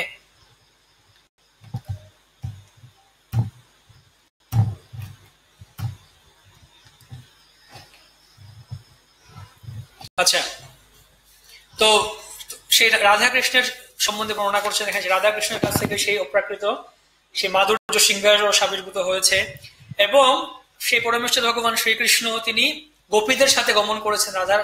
গোপীদের পরিত্যাগ করে তিনি রাধারানীর সাথে গমন করেছিলেন, অন্নবাদিতরতঃ। এবং স্বরাট তেনে ব্রহ্ম হৃদয় আদি কবয়ে মুহ্যন্তি সুরায়ঃ। এই বিষয়গুলো আপনারা পড়তে পারেন, প্রশ্ন থাকলে আমরা পরবর্তী আলোচনা করতে পারি। এবং ভক্তিযোগ 5 নম্বর ব্যাখ্যা হচ্ছে ভক্তিযোগ। ভক্তিযোগ সম্বন্ধে বর্ণনা করছেন এখানে, এটি খুব সুন্দর একটি ব্যাখ্যা। যে ভক্তিযোগ থেকে পরমেশ্বর ভগবত স্বরূপে ভক্তদের নিকট প্রাদুর্ভূত হন। তো আচার্যরা বলছেন যে আমাদের আচার্যরা হচ্ছে ভক্তিযোগের আচার্যরা, যারা হচ্ছে ভক্তিযোগের শ্রেষ্ঠত্ব। তাই এটা হচ্ছে ভাগবতের প্রথম শ্লোক। তাই তারা এখানে বিশ্বনাথ চক্রবর্তী ঠাকুর এখানে বর্ণনা করেন প্রথম শ্লোকের দ্বারা আমরা ভক্তিযোগের শ্রেষ্ঠত্ব আমরা প্রতিপাদন করতে পারি, বুঝতে পারি, সেটা এখানে বর্ণনা করা হচ্ছে। ভক্তিযোগের শ্রেষ্ঠত্ব, যে ভক্তিযোগ থেকে পরমেশ্বর ভগবান ভগবত স্বরূপে ভক্তদের নিকট প্রাদুর্ভূত হন, অর্থাৎ কেবলমাত্র ভক্তিয়া মাম অভিজানাতি, কেবলমাত্র ভক্তির দ্বারাই ভগবানকে জানা যায়, এই তত্ত্ব এখানে দিচ্ছেন। অর্থাৎ ভগবান ভক্তির দ্বারাই ভক্তের কাছে আবির্ভূত হন।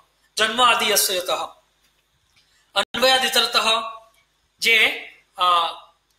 এই ভক্তির সাথে যখন কর্ম বা জ্ঞানের যখন যুক্ত হয় তখন আমরা ব্রহ্ম পরমাত্মা এরকম বিভিন্ন উপলব্ধির বিভিন্ন অনুভবের আমাদের উদ্ভব হয়।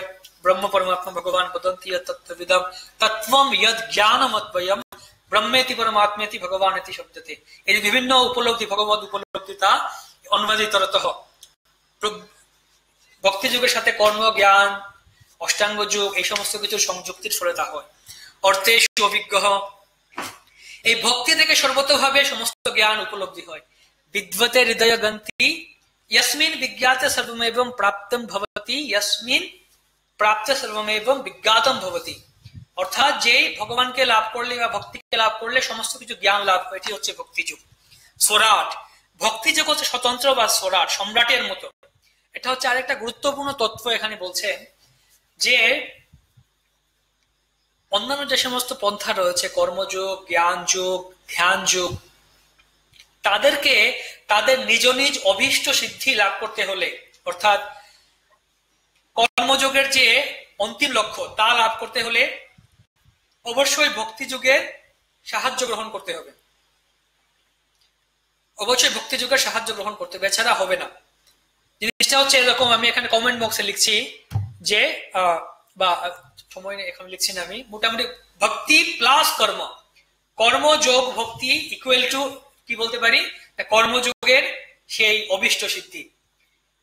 জ্ঞান প্লাস ভক্তি হচ্ছে সেই জ্ঞান যোগের সেই মেইন লক্ষ্য, যা কি প্রয়োজন, যা হচ্ছে যোগ। যোগ অষ্টাঙ্গ যোগ প্লাস ভক্তি হচ্ছে অষ্টাঙ্গ যোগের যে মূল লক্ষ্য সেটা। যদি কর্ম জ্ঞান বা অষ্টাঙ্গ যোগ থেকে ভক্তিকে বাদ দেওয়া হয় তাহলে কখনো, এখানে ইলেকট্রিসিটি চলে গেছে, আশা করি শব্দ আসছে, শোনা যাচ্ছে, আশা, হরে কৃষ্ণ। সে কর্ম জ্ঞান ভক্তি থেকে যদি কর্ম জ্ঞান এবং অষ্টাঙ্গ যোগ থেকে যদি ভক্তিকে বাদ দেয়া হয় তাহলে কখনো আমরা সেই সমস্ত মার্গগুলি, সেই সমস্ত পন্থাগুলি তাদের নিজ নিজ অভিষ্ট সিদ্ধি লাভ করা যাবে না, সম্ভব না। তাদের সেই অভিষ্ট সিদ্ধি লাভ করা সম্ভব হবে না। কিন্তু ভক্তিযুগে তার ভক্তিযুগের অভিষ্ট সিদ্ধি লাভ করার জন্য কর্মযুগ বা জ্ঞান যুগের উপর নির্ভর করতে হয় না। ভক্তিযোগ স্বতন্ত্রভাবে অন্যান্য যুগের সাহায্য ছাড়াই তার নিজ নিজ অভিষ্ট ফল বা সিদ্ধি প্রদান করতে পারে। এই জন্য বলা হচ্ছে ভক্তিযোগ হচ্ছে স্বতন্ত্র। মুহ্যন্তি ইয়ৎ সূরয়ঃ আর তেন ব্রহ্ম হৃদয় আদি কবয়ে, সেই ভক্তিযোগ নারদ আদি বিভিন্ন ব্যাসদেব বিভিন্ন ভক্তিযোগের আচার্যদের হৃদয়ে প্রকাশিত হয়েছিল। তেজ বারি মৃদাম যথা বিনিময় মৃষা। তো বলা হচ্ছে ঠিক যেরকম দুধ রয়েছে আমাদের কাছে,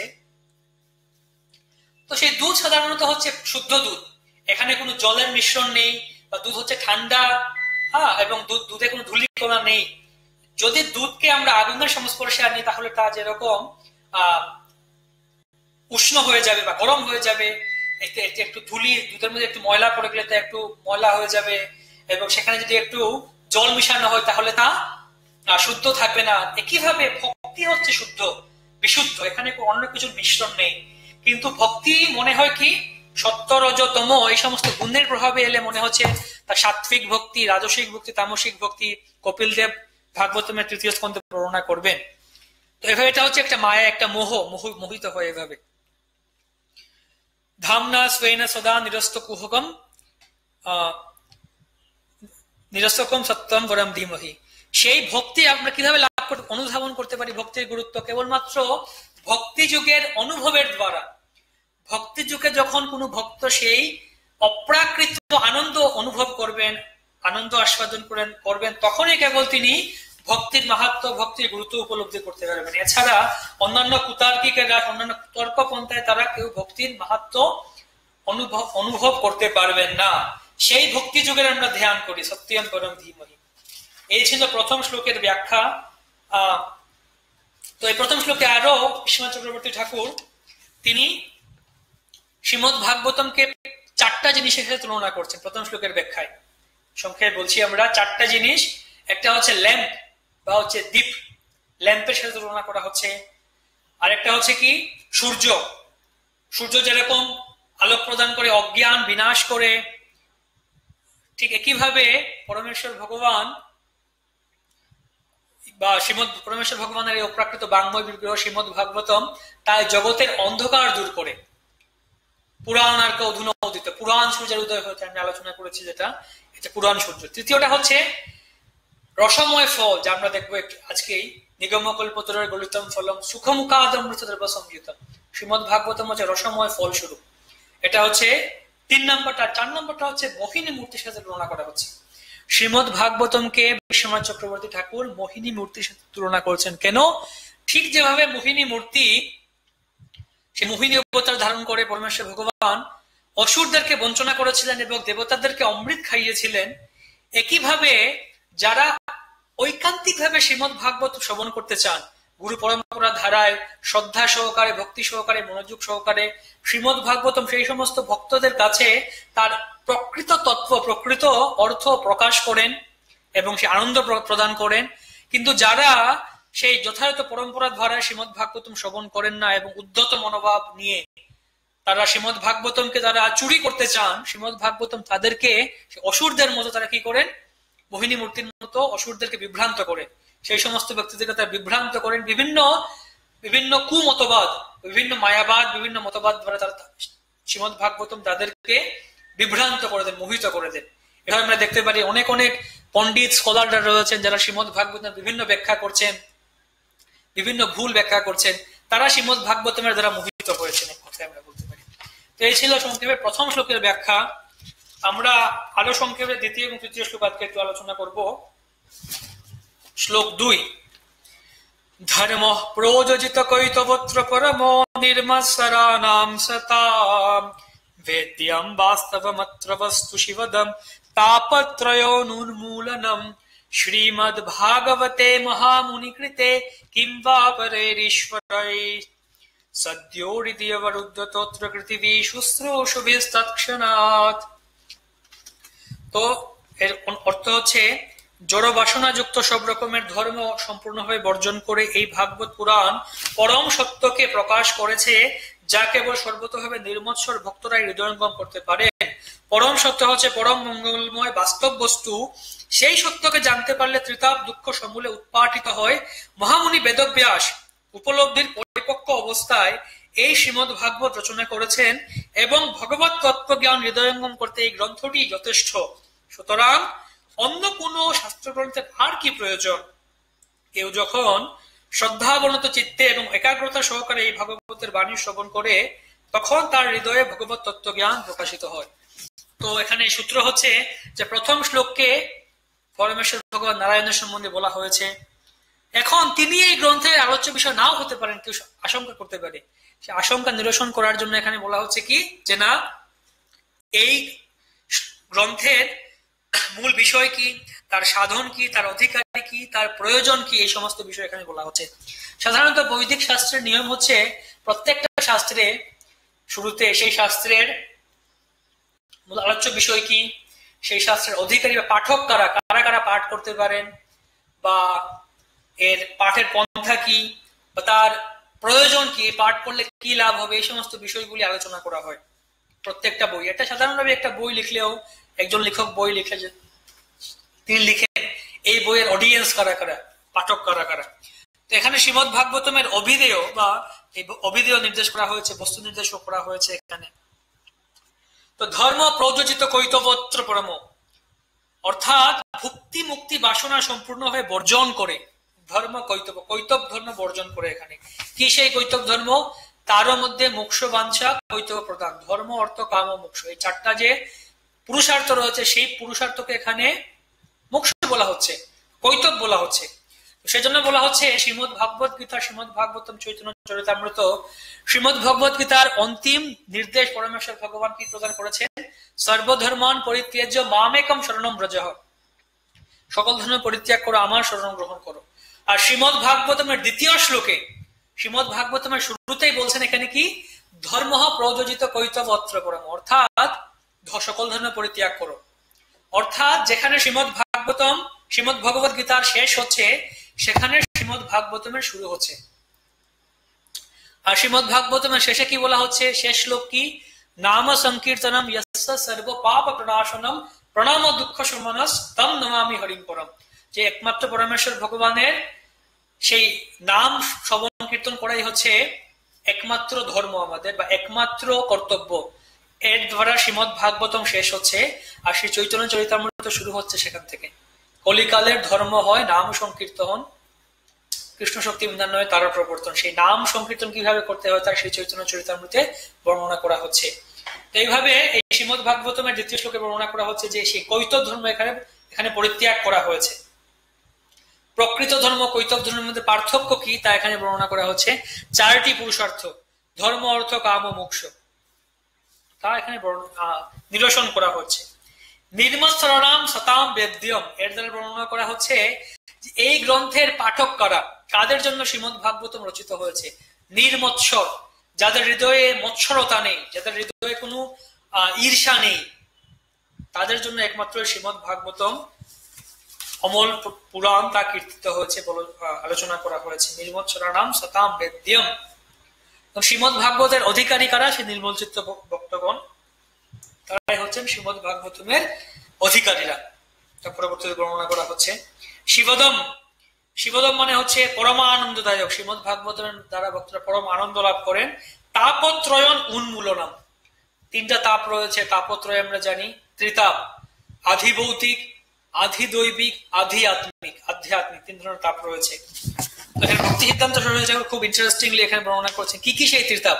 তিনি বলছেন আধ্যাত্মিক তাপ হচ্ছে মন এবং দেহজাত তাপ বা ক্লেশ, মায়াবাদ বা ফল ভোগবাদ, অর্থাৎ মায়াবাদ আমরা মনের দ্বারা বা নিজেদের দ্বারা আমরা যে ক্লেশ লাভ করি মায়াবাদের দ্বারা, বলা হচ্ছে এটা হচ্ছে আধি ভৌতিক তাপ বা আধ্যাত্মিক তাপ। না, এটা হচ্ছে আধ্যাত্মিক তাপ বা কর্মফল ভোগবাদ। আধি দৈবিক তাপ হচ্ছে ইন্দ্র প্রভৃতি দেবতা প্রদত্ত কিংবা প্রেত প্রভৃতি অপদেবতা প্রদত্ত হচ্ছে আধি ভৌতিক তাপ। আর আদি দৈবিক তাপ আর আদি ভৌতিক হচ্ছে 4 ধরনের জীব রয়েছে, জরায়ুজ, অন্ডজ, স্বেদজ, উদ্ভিজ। এই 4 ধরনের জীব থেকে যে তাপ আমরা ক্লেশ আমরা লাভ করতে পারি। ভক্তিবিনোদ ঠাকুর বলছেন ত্রিতাপ মানে কি, তিনি আরেকটা ব্যাখ্যা প্রদান করছেন। ত্রিতাপ মানে হচ্ছে স্বরূপ ভ্রম, জীবের স্বরূপ হয় কৃষ্ণ নিত্য দাস, এই তত্ত্বটা ভুলে যাওয়া হচ্ছে স্বরূপ ভ্রম, এটা এক ধরনের দুঃখের কারণ। কৃষ্ণ বহির্মুখতা, কৃষ্ণকে ভুলে যাওয়াটা হচ্ছে আরেক ধরনের দুঃখের কারণ। আর জড়দেহে আত্মাভিমান, অর্থাৎ নিজেদেরকে এই দেহকে নিজের স্বরূপ বলে মনে করা, এটি হচ্ছে 3 নম্বর দুঃখের কারণ। এর দ্বারা জীব দুঃখ লাভ করে। ব্রহ্মাণ্ড ভ্রমিতে কোন ভাগ্যবান জীব, তারা এই ভ্রমণ করে এবং গুরু কৃষ্ণ প্রসাদ তারা ভক্তি লতা বীজ লাভ করতে পারে। এই ছিল 3টা শ্রীমদ ভাগবতে মহামুনিকৃতে, শ্রীমদ ভাগবতে মহামুনিকৃতে কিংবা পরে ঈশ্বরে। এর পরবর্তীতে বলছেন এই শ্রীমদ ভাগবত মহামুনি ব্যাসদেবের দ্বারা রচিত হয়েছে। তিনি তার উপলব্ধির পরিপক্ক অবস্থায় শ্রীমদ ভাগবতম রচনা করেছেন। শ্রীমদ এর মাধ্যমে বোঝানো হয়েছে, শ্রীমদ মানে হচ্ছে শ্রীমদ ভাগবতম হচ্ছে সব থেকে শ্রূয়মান এবং রমণীয়, অন্য গ্রন্থের থেকে এর মাহাত্ম্য অধিক বলে বর্ণনা করা হচ্ছে। কিংবা পরে ঈশ্বরে, তাহলে অন্য কোন শাস্ত্রের কি প্রয়োজন? যখন এই শ্রীমদ ভাগবত রূপী সেই শাস্ত্রের দ্বারা আমরা সমস্ত কিছু লাভ করতে পারি, তাহলে অন্য কোনো বই পড়ার প্রয়োজন কি? আর শ্রীমদ ভাগবতমের মাহাত্ম্য এখানে নোটে দেয়া আছে, আপনারা অবশ্যই পাঠ করার চেষ্টা করবেন। এবং তা কিভাবে পাঠ করতে হয় তারও এখানে বর্ণনা করছেন। শুশ্রূষু বিস্তৎক্ষণাৎ, এবং বলছেন এখানে তৎক্ষণাৎ এই কথাটির দ্বারা শুশ্রূষু ঈশ্বর শব্দ হৃদয় অবরুদ্ধতে, শ্রীমদ ভাগবত শ্রবণের দ্বারা পরমেশ্বর ভগবান অবিলম্বে কারো হৃদয়ে প্রকাশ হন, হৃদয়ে আবির্ভূত হন, এবং অবরুদ্ধতে মানে আবদ্ধ হন। ভগবান যখন হৃদয়ে একবার প্রবেশ করেন তখন সেখান থেকে আর তিনি বেরিয়ে যেতে পারেন না, ভগবান কারাবদ্ধ হয়ে যান সেই ভাগবত শ্রবণকারীর হৃদয়ে। এটা এখানে বর্ণনা করা হচ্ছে। এবং এখানে বলা হচ্ছে যে তাহলে প্রশ্ন হচ্ছে, তাহলে কেন সকলে শ্রীমদ ভাগবতম শ্রবণ করেন না? এর উত্তর হচ্ছে ভাগবত শ্রবণের ইচ্ছা বহু পুণ্য ফলে, অর্থাৎ কৃতিবিহি বলছেন, অনেক অনেক জন্মের পুণ্যের ফলে, সুকৃতির ফলে তখন কেউ শ্রীমদ ভাগবত শ্রবণের ইচ্ছা লাভ করতে পারে। আপনারা যারা শ্রীমদ ভাগবতম শ্রবণের ইচ্ছা পোষণ করছেন এবং শ্রীমদ ভাগবতম শ্রবণ করছেন, আপনারা এটা উপলব্ধি করতে পারেন বা জানতে পারেন বা মনে করতে পারেন যে আপনারা অবশ্যই মহাভাগ্যবান এবং অনেক সুকৃতি লাভ করেছেন সেজন্য আপনারা শ্রীমদ ভাগবতম শ্রবণ করার ইচ্ছা পোষণ করছেন, শ্রবণ করছেন।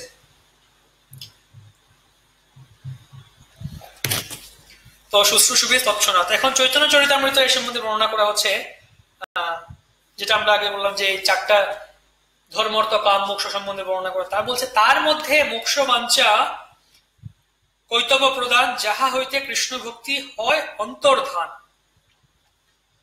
অর্থাৎ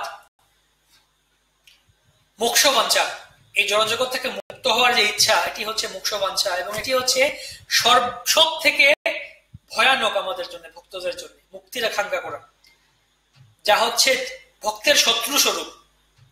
কৈবল্যম নরক আয়ত, এই জন্য বলছে একজন ভক্ত সে কৈবল্য বা মুক্তিকে নরকের মতো দর্শন করে। কৈবল্যম নরক আয়তে ত্রিদশ পুরো আকাশ পুষ্পায়তে। এটা হচ্ছে আরেকটা কমন থিম শ্রীমদ ভাগবতমের এবং প্রভুপাদের তাৎপর্যের। বিভিন্ন তাৎপর্যে বা শ্রীমদ ভাগবতমেও বিভিন্ন শ্লোকে এবং বিভিন্ন ভক্তরা যখন প্রার্থনা করছেন ভগবানের কাছে এই বিষয়টি, যে হে ভগবান, আমরা মুক্তি চাই না, নকাময়ে নাথ তদপ্যহম ক্বচিৎ, আমরা মুক্তি প্রার্থনা করছি না। বা বৃত্রাসুর প্রার্থনা করছেন, ননাক পৃষ্ঠম ন চ পারমেষ্টম ন সার্বভৌমম ন রসাদি তত্ত্বম ন অপুনর্ভবম বা। এই যে আমি অপুনর্ভব, এটা যে মুক্তি বা মোক্ষ বলছেন, আমি মুক্তি কামনা করি না। বিভিন্ন ভক্তরা এরকম মুক্তির তারা চান না বলে তারা ব্যক্ত করছেন। যেখানে কৃষ্ণ ভক্তির বাধক যত শুভ অশুভ কর্ম, সেহ এক জীবের অজ্ঞানতম ধর্ম। অর্থাৎ কৃষ্ণ ভক্তির কাছে কি শুভ কি অশুভ সেই সমস্ত বিষয় বিচার করা, সেটি হচ্ছে জীবের একটি অজ্ঞান ধর্ম, সেটিও আলোচনা বা বিচার করা উচিত নয়। তাই কৃষ্ণ ভক্তির পথে বাধা স্বরূপ যা কিছু আসে তাই পরিত্যাগ করাই হচ্ছে ভক্তি। এবং কৃষ্ণ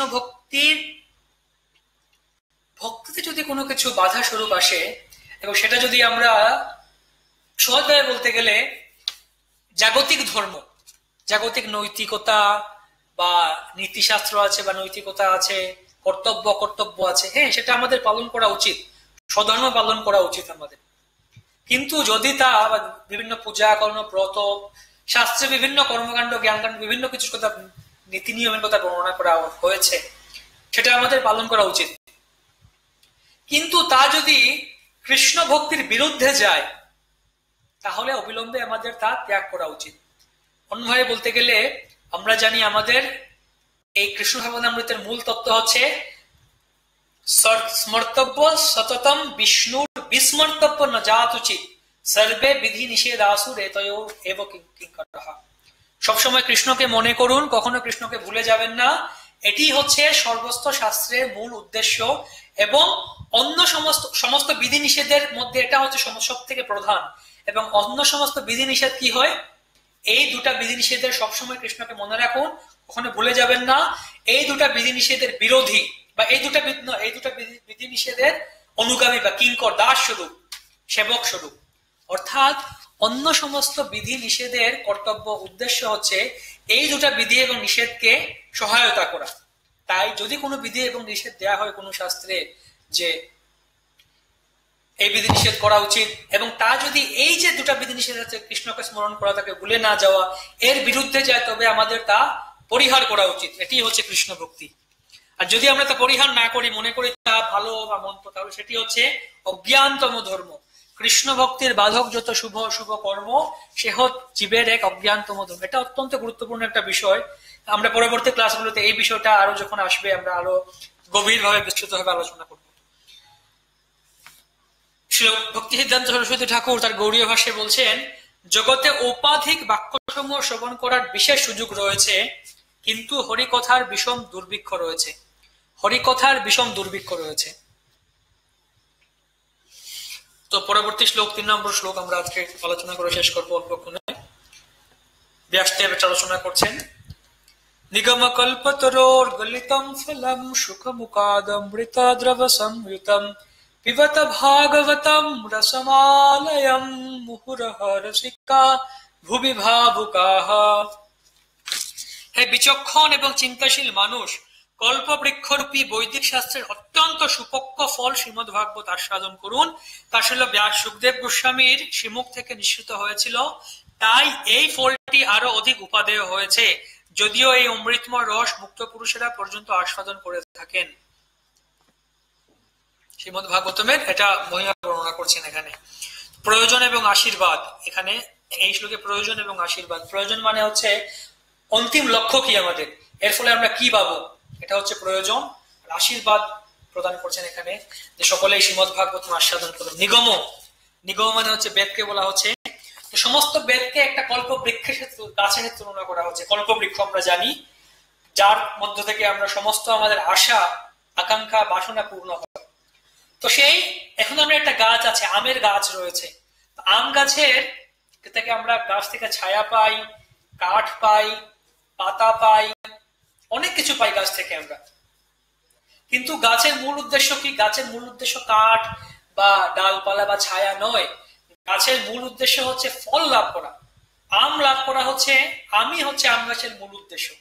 তাই এই যে বেদকল্পতরু, এখানে অনেক কিছু আছে, গাছ, গাছের ছায়া রয়েছে এবং তার তার ইয়ে রয়েছে, পাতা রয়েছে, ডালপালা রয়েছে, অনেক কিছু রয়েছে, কিন্তু মূল উদ্দেশ্য তার ফলটা কি বলা হচ্ছে। এই নিগম কল্পতরুর, বেদ কল্পতরুর ফল হচ্ছে প্রপক্ষ ফল বা সুপক্ষ ফল হচ্ছে শ্রীমদ ভাগবতম। শ্রীমদ ভাগবতম হচ্ছে সমস্ত বেদ কল্পতরুর সুপক্ষ ফল, মিষ্ট ফল। আমরা যদি গাছের গোড়ায় যদি কামড় দেই বা গাছের ডাল বা পাতা যদি আমরা খেতে চাই, সেটা হয়তো মিষ্টি লাগবে না আমাদের কাছে, তেতো লাগবে বা কষায় লাগবে আমাদের, এটা সুমিষ্ট বা সুপুষ্টিযুক্ত নয়, আমাদের ক্ষতি করতে পারে আমাদের। একইভাবে এই বেদ কল্পতরুর অন্যান্য যে সমস্ত রয়েছে, সেখানে বেদের কর্মকাণ্ড, জ্ঞান কাণ্ড রয়েছে, ধর্ম অর্থ কাম মোক্ষ আলোচনা করা হয়েছে, সেই সমস্ত কিছু আমাদের কাছে হয়তো বা তা আমাদের কাছে এতটা সুমিষ্ট নয় বা সেটা হয়তো আমাদের জন্য উপযোগী নয়, কিন্তু সেই গাছের ফল আমাদের কাছে সব থেকে উপযোগী, সেটি হচ্ছে শ্রীমদ ভাগবতম। পিবত কেন বলা হচ্ছে? কেন এখানে আমরা সাধারণত বলি আমরা জল পান করি বা আমের রস পান করি, জুস পান করি, কিন্তু ফল আমরা খাই, কঠিন কোনো পদার্থ আমরা খাই আর তরল পদার্থ আমরা পান করি। তো এখানে শ্রীমদ ভাগবতমকে ফল বলা হচ্ছে, তাহলে বলা হচ্ছে পিবত। কেন বলা হচ্ছে এরকম? না, কারণ বলছেন আচার্যরা যে এই ফল শ্রীমদ ভাগবতম বা এই আম, এর কোনো খোসা নেই, এর কোনো বীজ নেই, এর কোনো আটি নেই, ডাটা নেই, সমস্ত ফলটাই হচ্ছে রসময়, পান করা যায়। এজন্য বলা হচ্ছে পিবত ভাগবতম রসম আলয়ম। লয়, রসম আলয়ম, রসের আলয় হচ্ছে শ্রীমদ ভাগবতম, এবং লয় বলা হচ্ছে এটা লয়। লয় কথাটার মানে কি? বিশ্বনাথ চক্রবর্তী ঠাকুর বলছেন যে আমরা জানি রোমাঞ্চ কম্পাংশ তরঙ্গ ভাজ, এরকম 8টা সেই রোমাঞ্চ, কম্প, শ্বেত, তরঙ্গ, এরকম অশ্রু, কম্প, লয়। সর্বশেষ হচ্ছে লয়, লয় বা প্রলয়। প্রলয় মানে হচ্ছে একদম সেন্সলেস হয়ে যাওয়া বা জ্ঞান হারানো। তো এখানে বিশ্বনাথ চক্রবর্তী ঠাকুর বলছেন আমাদেরকে শ্রীমদ ভাগবতম শ্রবণ করা উচিত যতক্ষণ পর্যন্ত না আমাদের জ্ঞান হারাই। শ্রীমদ ভাগবতম শ্রবণ করতে করতে যতক্ষণ না আমরা আমাদের অজ্ঞান হয়ে যাই বা আমাদের চেতনা আমরা হারিয়ে ফেলি বা সেন্সলেস হয়ে যাই, ততক্ষণ পর্যন্ত আমাদের শ্রীমদ ভাগবতম শ্রবণ করতে হবে। আর যখন আমরা আবার আমাদের সেন্স ফিরে পাবো, আবার আমাদের চেতনা ফিরে পাবো, তখন কি করবো? তখন আবার আমরা শ্রীমদ ভাগবতম শ্রবণ করা শুরু করবো, আবার শ্রবণ করতে থাকবো। যে নিত্যম ভাগবত সে বলছেন এখানে। তো এইভাবে বলছে পূর্ববর্তী 2টি শ্লোকে স্পষ্টভাবে প্রতিবর্ণিত হয়েছে যে শ্রীমদ ভাগবতম তার অপ্রাকৃত গুণাবলীর প্রভাবে সমস্ত বৈদিক শাস্ত্রের মধ্যে সর্বোত্তম। কারণ এই গ্রন্থে যে জ্ঞান বিতরণ করা হয়েছে তা সব রকমের জাগতিক কার্যকলাপ এবং পার্থিব জ্ঞানের অতীত। আর এখন এই শ্লোকে 3 নম্বর শ্লোকে বর্ণনা করা হয়েছে যে শ্রীমদ ভাগবত কেবল উন্নত জ্ঞান সম্বন্ধিত শাস্ত্রই নয়, তা হচ্ছে বৈদিক জ্ঞানের সুপক্ষ ফল। অর্থাৎ 2 নম্বর শ্লোকে শ্রীমদ ভাগবতমের ঐশ্বর্য বর্ণনা করা হয়েছে, হ্যাঁ 3 নম্বর শ্লোকে শ্রীমদ ভাগবতমের মাধুর্যের কথা বর্ণনা করা হচ্ছে। তাৎপর্য শিল প্রভুপাদ রসতত্ত্ব সম্বন্ধে আলোচনা করছেন। রস, রস কি?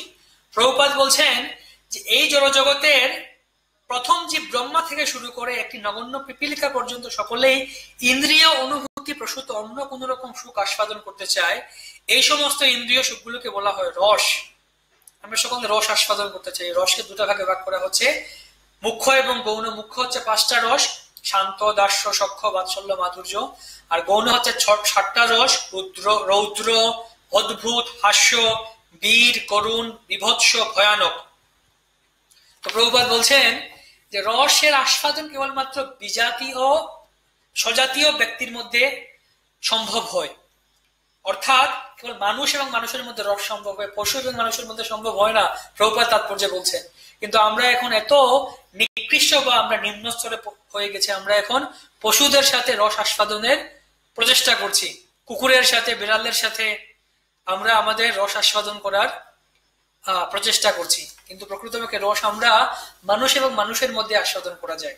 এখন তাহলে আমরা ভগবানের সাথে কিভাবে আস্বাদন করতে পারি? বলছেন না, ভগবান এবং মানুষ বলছেন সমগোত্রীয়, সমপর্যায়ে। সেজন্য ভগবানের সাথে আমরা, যেহেতু ভগবান হচ্ছেন আমরা আমাদের ওই পরম প্রভু, ভগবানের অংশ আমরা, তাই ভগবানের সাথে আমরা যে কোনো কেউ আমরা রস আস্বাদন করতে পারি। পরমেশ্বর ভগবান হচ্ছে সমস্ত রসের আধার। এই রস সম্বন্ধে আরো বর্ণনা করা আছে, আপনারা এখানে খুব সহজে প্রভুপাদ বর্ণনা করছেন প্রাঞ্জল ভাবে রস সম্বন্ধে, এবং আমরা নোটের মধ্যে তা শ্রেণী বিভাগ করার চেষ্টা করেছি। রস সম্বন্ধে অজ্ঞতার ফল কি, এবং রস আস্বাদন করার পূর্ব শর্ত কি কি আছে, কিভাবে শ্রীমদ্ ভাগবতম শ্রবণ করতে হয়, এই সমস্ত বিষয় এখানে আরো বর্ণনা করা হয়েছে। এবং শ্রীমদ্ ভাগবতম হচ্ছে সর্বাকর্ষক, সবাইকে আকর্ষণ করতে পারে শ্রীমদ্ ভাগবতম। এখানে পরমেশ্বর ভগবান অপ্রাকৃত লীলাবিলাসের কাহিনী বর্ণনা করা হয়েছে, এবং বলা হচ্ছে এখন যদি একটা আম পেকে যায় গাছের মধ্যে এবং ঠাস করে তা পড়ে যায় গাছ থেকে, তাহলে কি হয়? আমটা ফেটে যেতে পারে, নষ্ট হয়ে যেতে পারে। কিন্তু আমরা যদি সেই আমটাকে একজন একজন করে কোনো মই দিয়ে উঠে গাছে চড়ে হাত থেকে হাতে, কিংবা কোনো একটা বাঁশের আঘাতে কোনো একটা জাল লাগিয়ে ধীরে ধীরে নামিয়ে নিয়ে আসি, সেই নেমে আসে যে ফলটা আমাদের কাছে, তাহলে কি হতে হবে? যেটা সেই ফলটা অক্ষত থাকবে। কিভাবে বর্ণনা করছেন এই শ্রীমদ্ ভাগবতম কিভাবে এসছে আমাদের কাছে? না, এটা পরম ঊর্ধ্ব শাখা বলছে। পরমেশ্বর ভগবান হচ্ছে গাছের সব থেকে ঊর্ধ্ব শাখা। বলা হচ্ছে গাছের সব থেকে উঁচু শাখার ফলটা মিষ্টি হয়। সেই গাছের উঁচু শাখা হচ্ছেন পরমেশ্বর ভগবান, যেখানে শ্রীমদ্ ভাগবতম যার কাছ থেকে আছে। তারপরে ব্রহ্মা, নারদ, ব্যাস, শুক, এরকম একজন পরে একজন করে করে শ্রীমদ্ ভাগবতম পরম্পরা ধারায় আমাদের কাছে এসছে।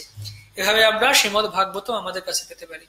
তাই শ্রীমদ্ ভাগবত কেবলমাত্র পরম্পরা ধারায় শ্রবণ করা উচিত, অন্য কোনো ভাবে আমরা তা শ্রবণ করতে পারবো না, বা অন্য কোনো ভাবে শ্রবণ করলে আমরা শ্রীমদ্ ভাগবতের প্রকৃত তত্ত্ব আমরা উপলব্ধি করতে পারবো না। শ্রীমদ্ ভাগবত তখন মোহিনী মূর্তির মতো আমাদেরকে বিভ্রান্ত করে দেবেন। তো আজকে আমরা এখানে শেষ করছি এই আলোচনা। এই প্রথম 3টা শ্লোক আমরা আলোচনা করলাম, এবং শ্রীমদ্ ভাগবতের প্রথম স্কন্ধের রূপরেখা এবং কথা সে আলোচনা করা হলো। এখানে একটা প্রশ্ন দেখতে পাচ্ছি, প্রশ্ন করছেন পরীক্ষিত মহারাজ, যিনি মাতৃগর্ভ থেকে শুদ্ধ ভক্ত এবং এমন একজন রাজা, তিনি কেন বনে একলা মৃগ শিকার করতে গেলেন এবং ধ্যানরত ব্রাহ্মণদের প্রতি অশিষ্টাচার পালন করতে পারলেন, যেখানে তিনি তার প্রজাগণ। এটি হচ্ছে যে আলোচনা করছিলাম, অলরেডি আলোচনা করেছি আমরা, যে প্রথমত তিনি একা কেন গেলেন? তিনি রাজা, ক্ষত্রিয়, তিনি একা যেতে পারেন। কারণ যদি বেশি লোক নিয়ে যান, সেখানে অনেক শব্দ হবে সেখানে, আর সেই পশুকে শিকার করবেন, তিনি সেটা পালিয়ে যেতে পারে। আর কেন তিনি শিকারে গেলেন? শিকার করা হচ্ছে ক্ষত্রিয়ের ধর্ম, ক্ষত্রিয়ের একটা ধর্ম হচ্ছে শিকার করা। তাদের জন্য এটা দেয়া হয়েছে, অনুমোদন করা হয়েছে ক্ষত্রিয়দের জন্য। আমরা পরবর্তীতে পাবো সেটা আমরা। আর কেন তিনি সেই শ্রমিক ঋষির সাথে অশিষ্টাচার করলেন? এর উত্তর হচ্ছে যে এটা পরমেশ্বর ভগবানের ইচ্ছা ছিল। পরমেশ্বর ভগবানের যেমন ইচ্ছা হয়েছিল ভগবত গীতাকে তিনি অবতরণ করাবেন, তাই তিনি তার শুদ্ধ ভক্ত অর্জুনকে মোহিত করেছিলেন। একইভাবে ভগবানের ইচ্ছা হয়েছে তিনি শ্রীমদ্ ভাগবতমকে অবতরণ করাবেন, তাই তিনি ভাগবতমে প্রকাশ করবেন, তাই তিনি পরীক্ষিত মহারাজকে বিভ্রান্ত মুক্ত করিয়েছিলেন। তাই এই জন্য আপনারা দেখতে পারেন যে পরীক্ষিত মহারাজ তিনি পরক্ষণে, যখন তিনি শ্রমিক ঋষির গলা সেই সাপটা পেঁচিয়েছিলেন এবং তার আশ্রম থেকে বেরিয়ে আসলেন, তখনই তিনি চিন্তা করতে লাগলেন যে আমি কেন এরকম করলাম, কেন আমি এরকম, কেন সেটা আমি এর আগে করিনি, আগে কখনো করিনি আমি। এটা আমরা আরো আলোচনা করবো, দেখতে বুঝতে পারবো যখন সেই 16, 17, 18 অধ্যায়গুলি আসবে। তাৎপর্য ছিল প্রভুপাদ আলোচনা করেছেন সেখানে, তা আপনি এখনো পড়তে পারেন সেখানে, যে আসলে তার মতো একজন মহান ভক্তের পক্ষে এটা অভূতপূর্ব একটা কাজ ছিল। তিনি নিজেও বুঝতে পারছেন না কেন তিনি সেটা করলেন। তো এটা ছিল ভগবানেরই সেই অপ্রতিহত ইচ্ছা, যেমন আমরা কেউ প্রতিহত করতে পারি না। তো এই জন্য তিনি ভগবান চেয়েছিলেন শ্রীমদ ভাগবতমকে অবতরণ করাতে, তাই তিনি সাময়িকভাবে এই সমস্ত একটা ঘটনার একটা পটভূমির সৃষ্টি করলেন। আর কেউ প্রশ্ন করতে চাইলে এখানে করতে পারেন, আমরা প্রশ্নের উত্তর দিতে পারি। সবাইকে অত্যন্ত ধন্যবাদ,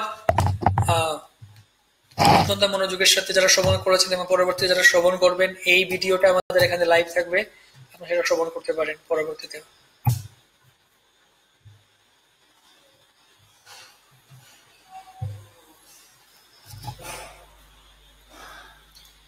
না, এখানে প্রশ্ন হচ্ছে যেহেতু জীব গুণগতভাবে এক, কেউ কি ভগবানের 64 গুণ লাভ করতে পারে? না, কেউ 64 গুণ লাভ করছে সেটা আলোচনা করা হবে, প্রভুপাদ আলোচনা করছেন বিভিন্ন ভাবে। বলা হচ্ছে ভগবানের 64 গুণ রয়েছে, তার মধ্যে কৃষ্ণের 64 গুণ রয়েছে, আর কৃষ্ণ আর নারায়ণের মধ্যে যেহেতু কিছুটা পার্থক্য রয়েছে, আমরা আলোচনা করবো ডিটেল বিস্তৃত ভাবে কি তা।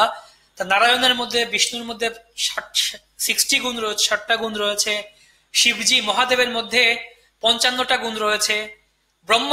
ব্রহ্মার মধ্যে 50টি গুণ রয়েছে। তাই জীব সর্বোচ্চ ভগবানের 50টা গুণ লাভ করতে পারে। বলা হচ্ছে ব্রহ্মা হচ্ছেন সর্বশ্রেষ্ঠ জীব।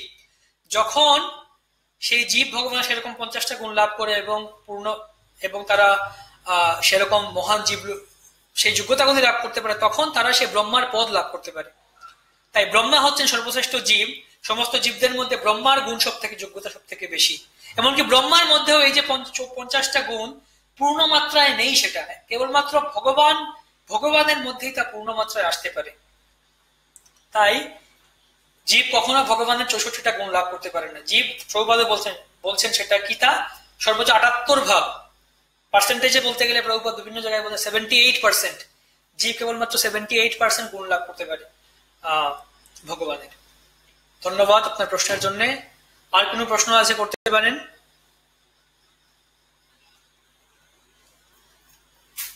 আমরা এখানে শেষ করছি আজকে। প্রশ্ন থাকলে আপনারা লিখতে পারেন, আমরা পরবর্তীতে উত্তর দেওয়ার চেষ্টা করব বিভিন্ন সময়ে।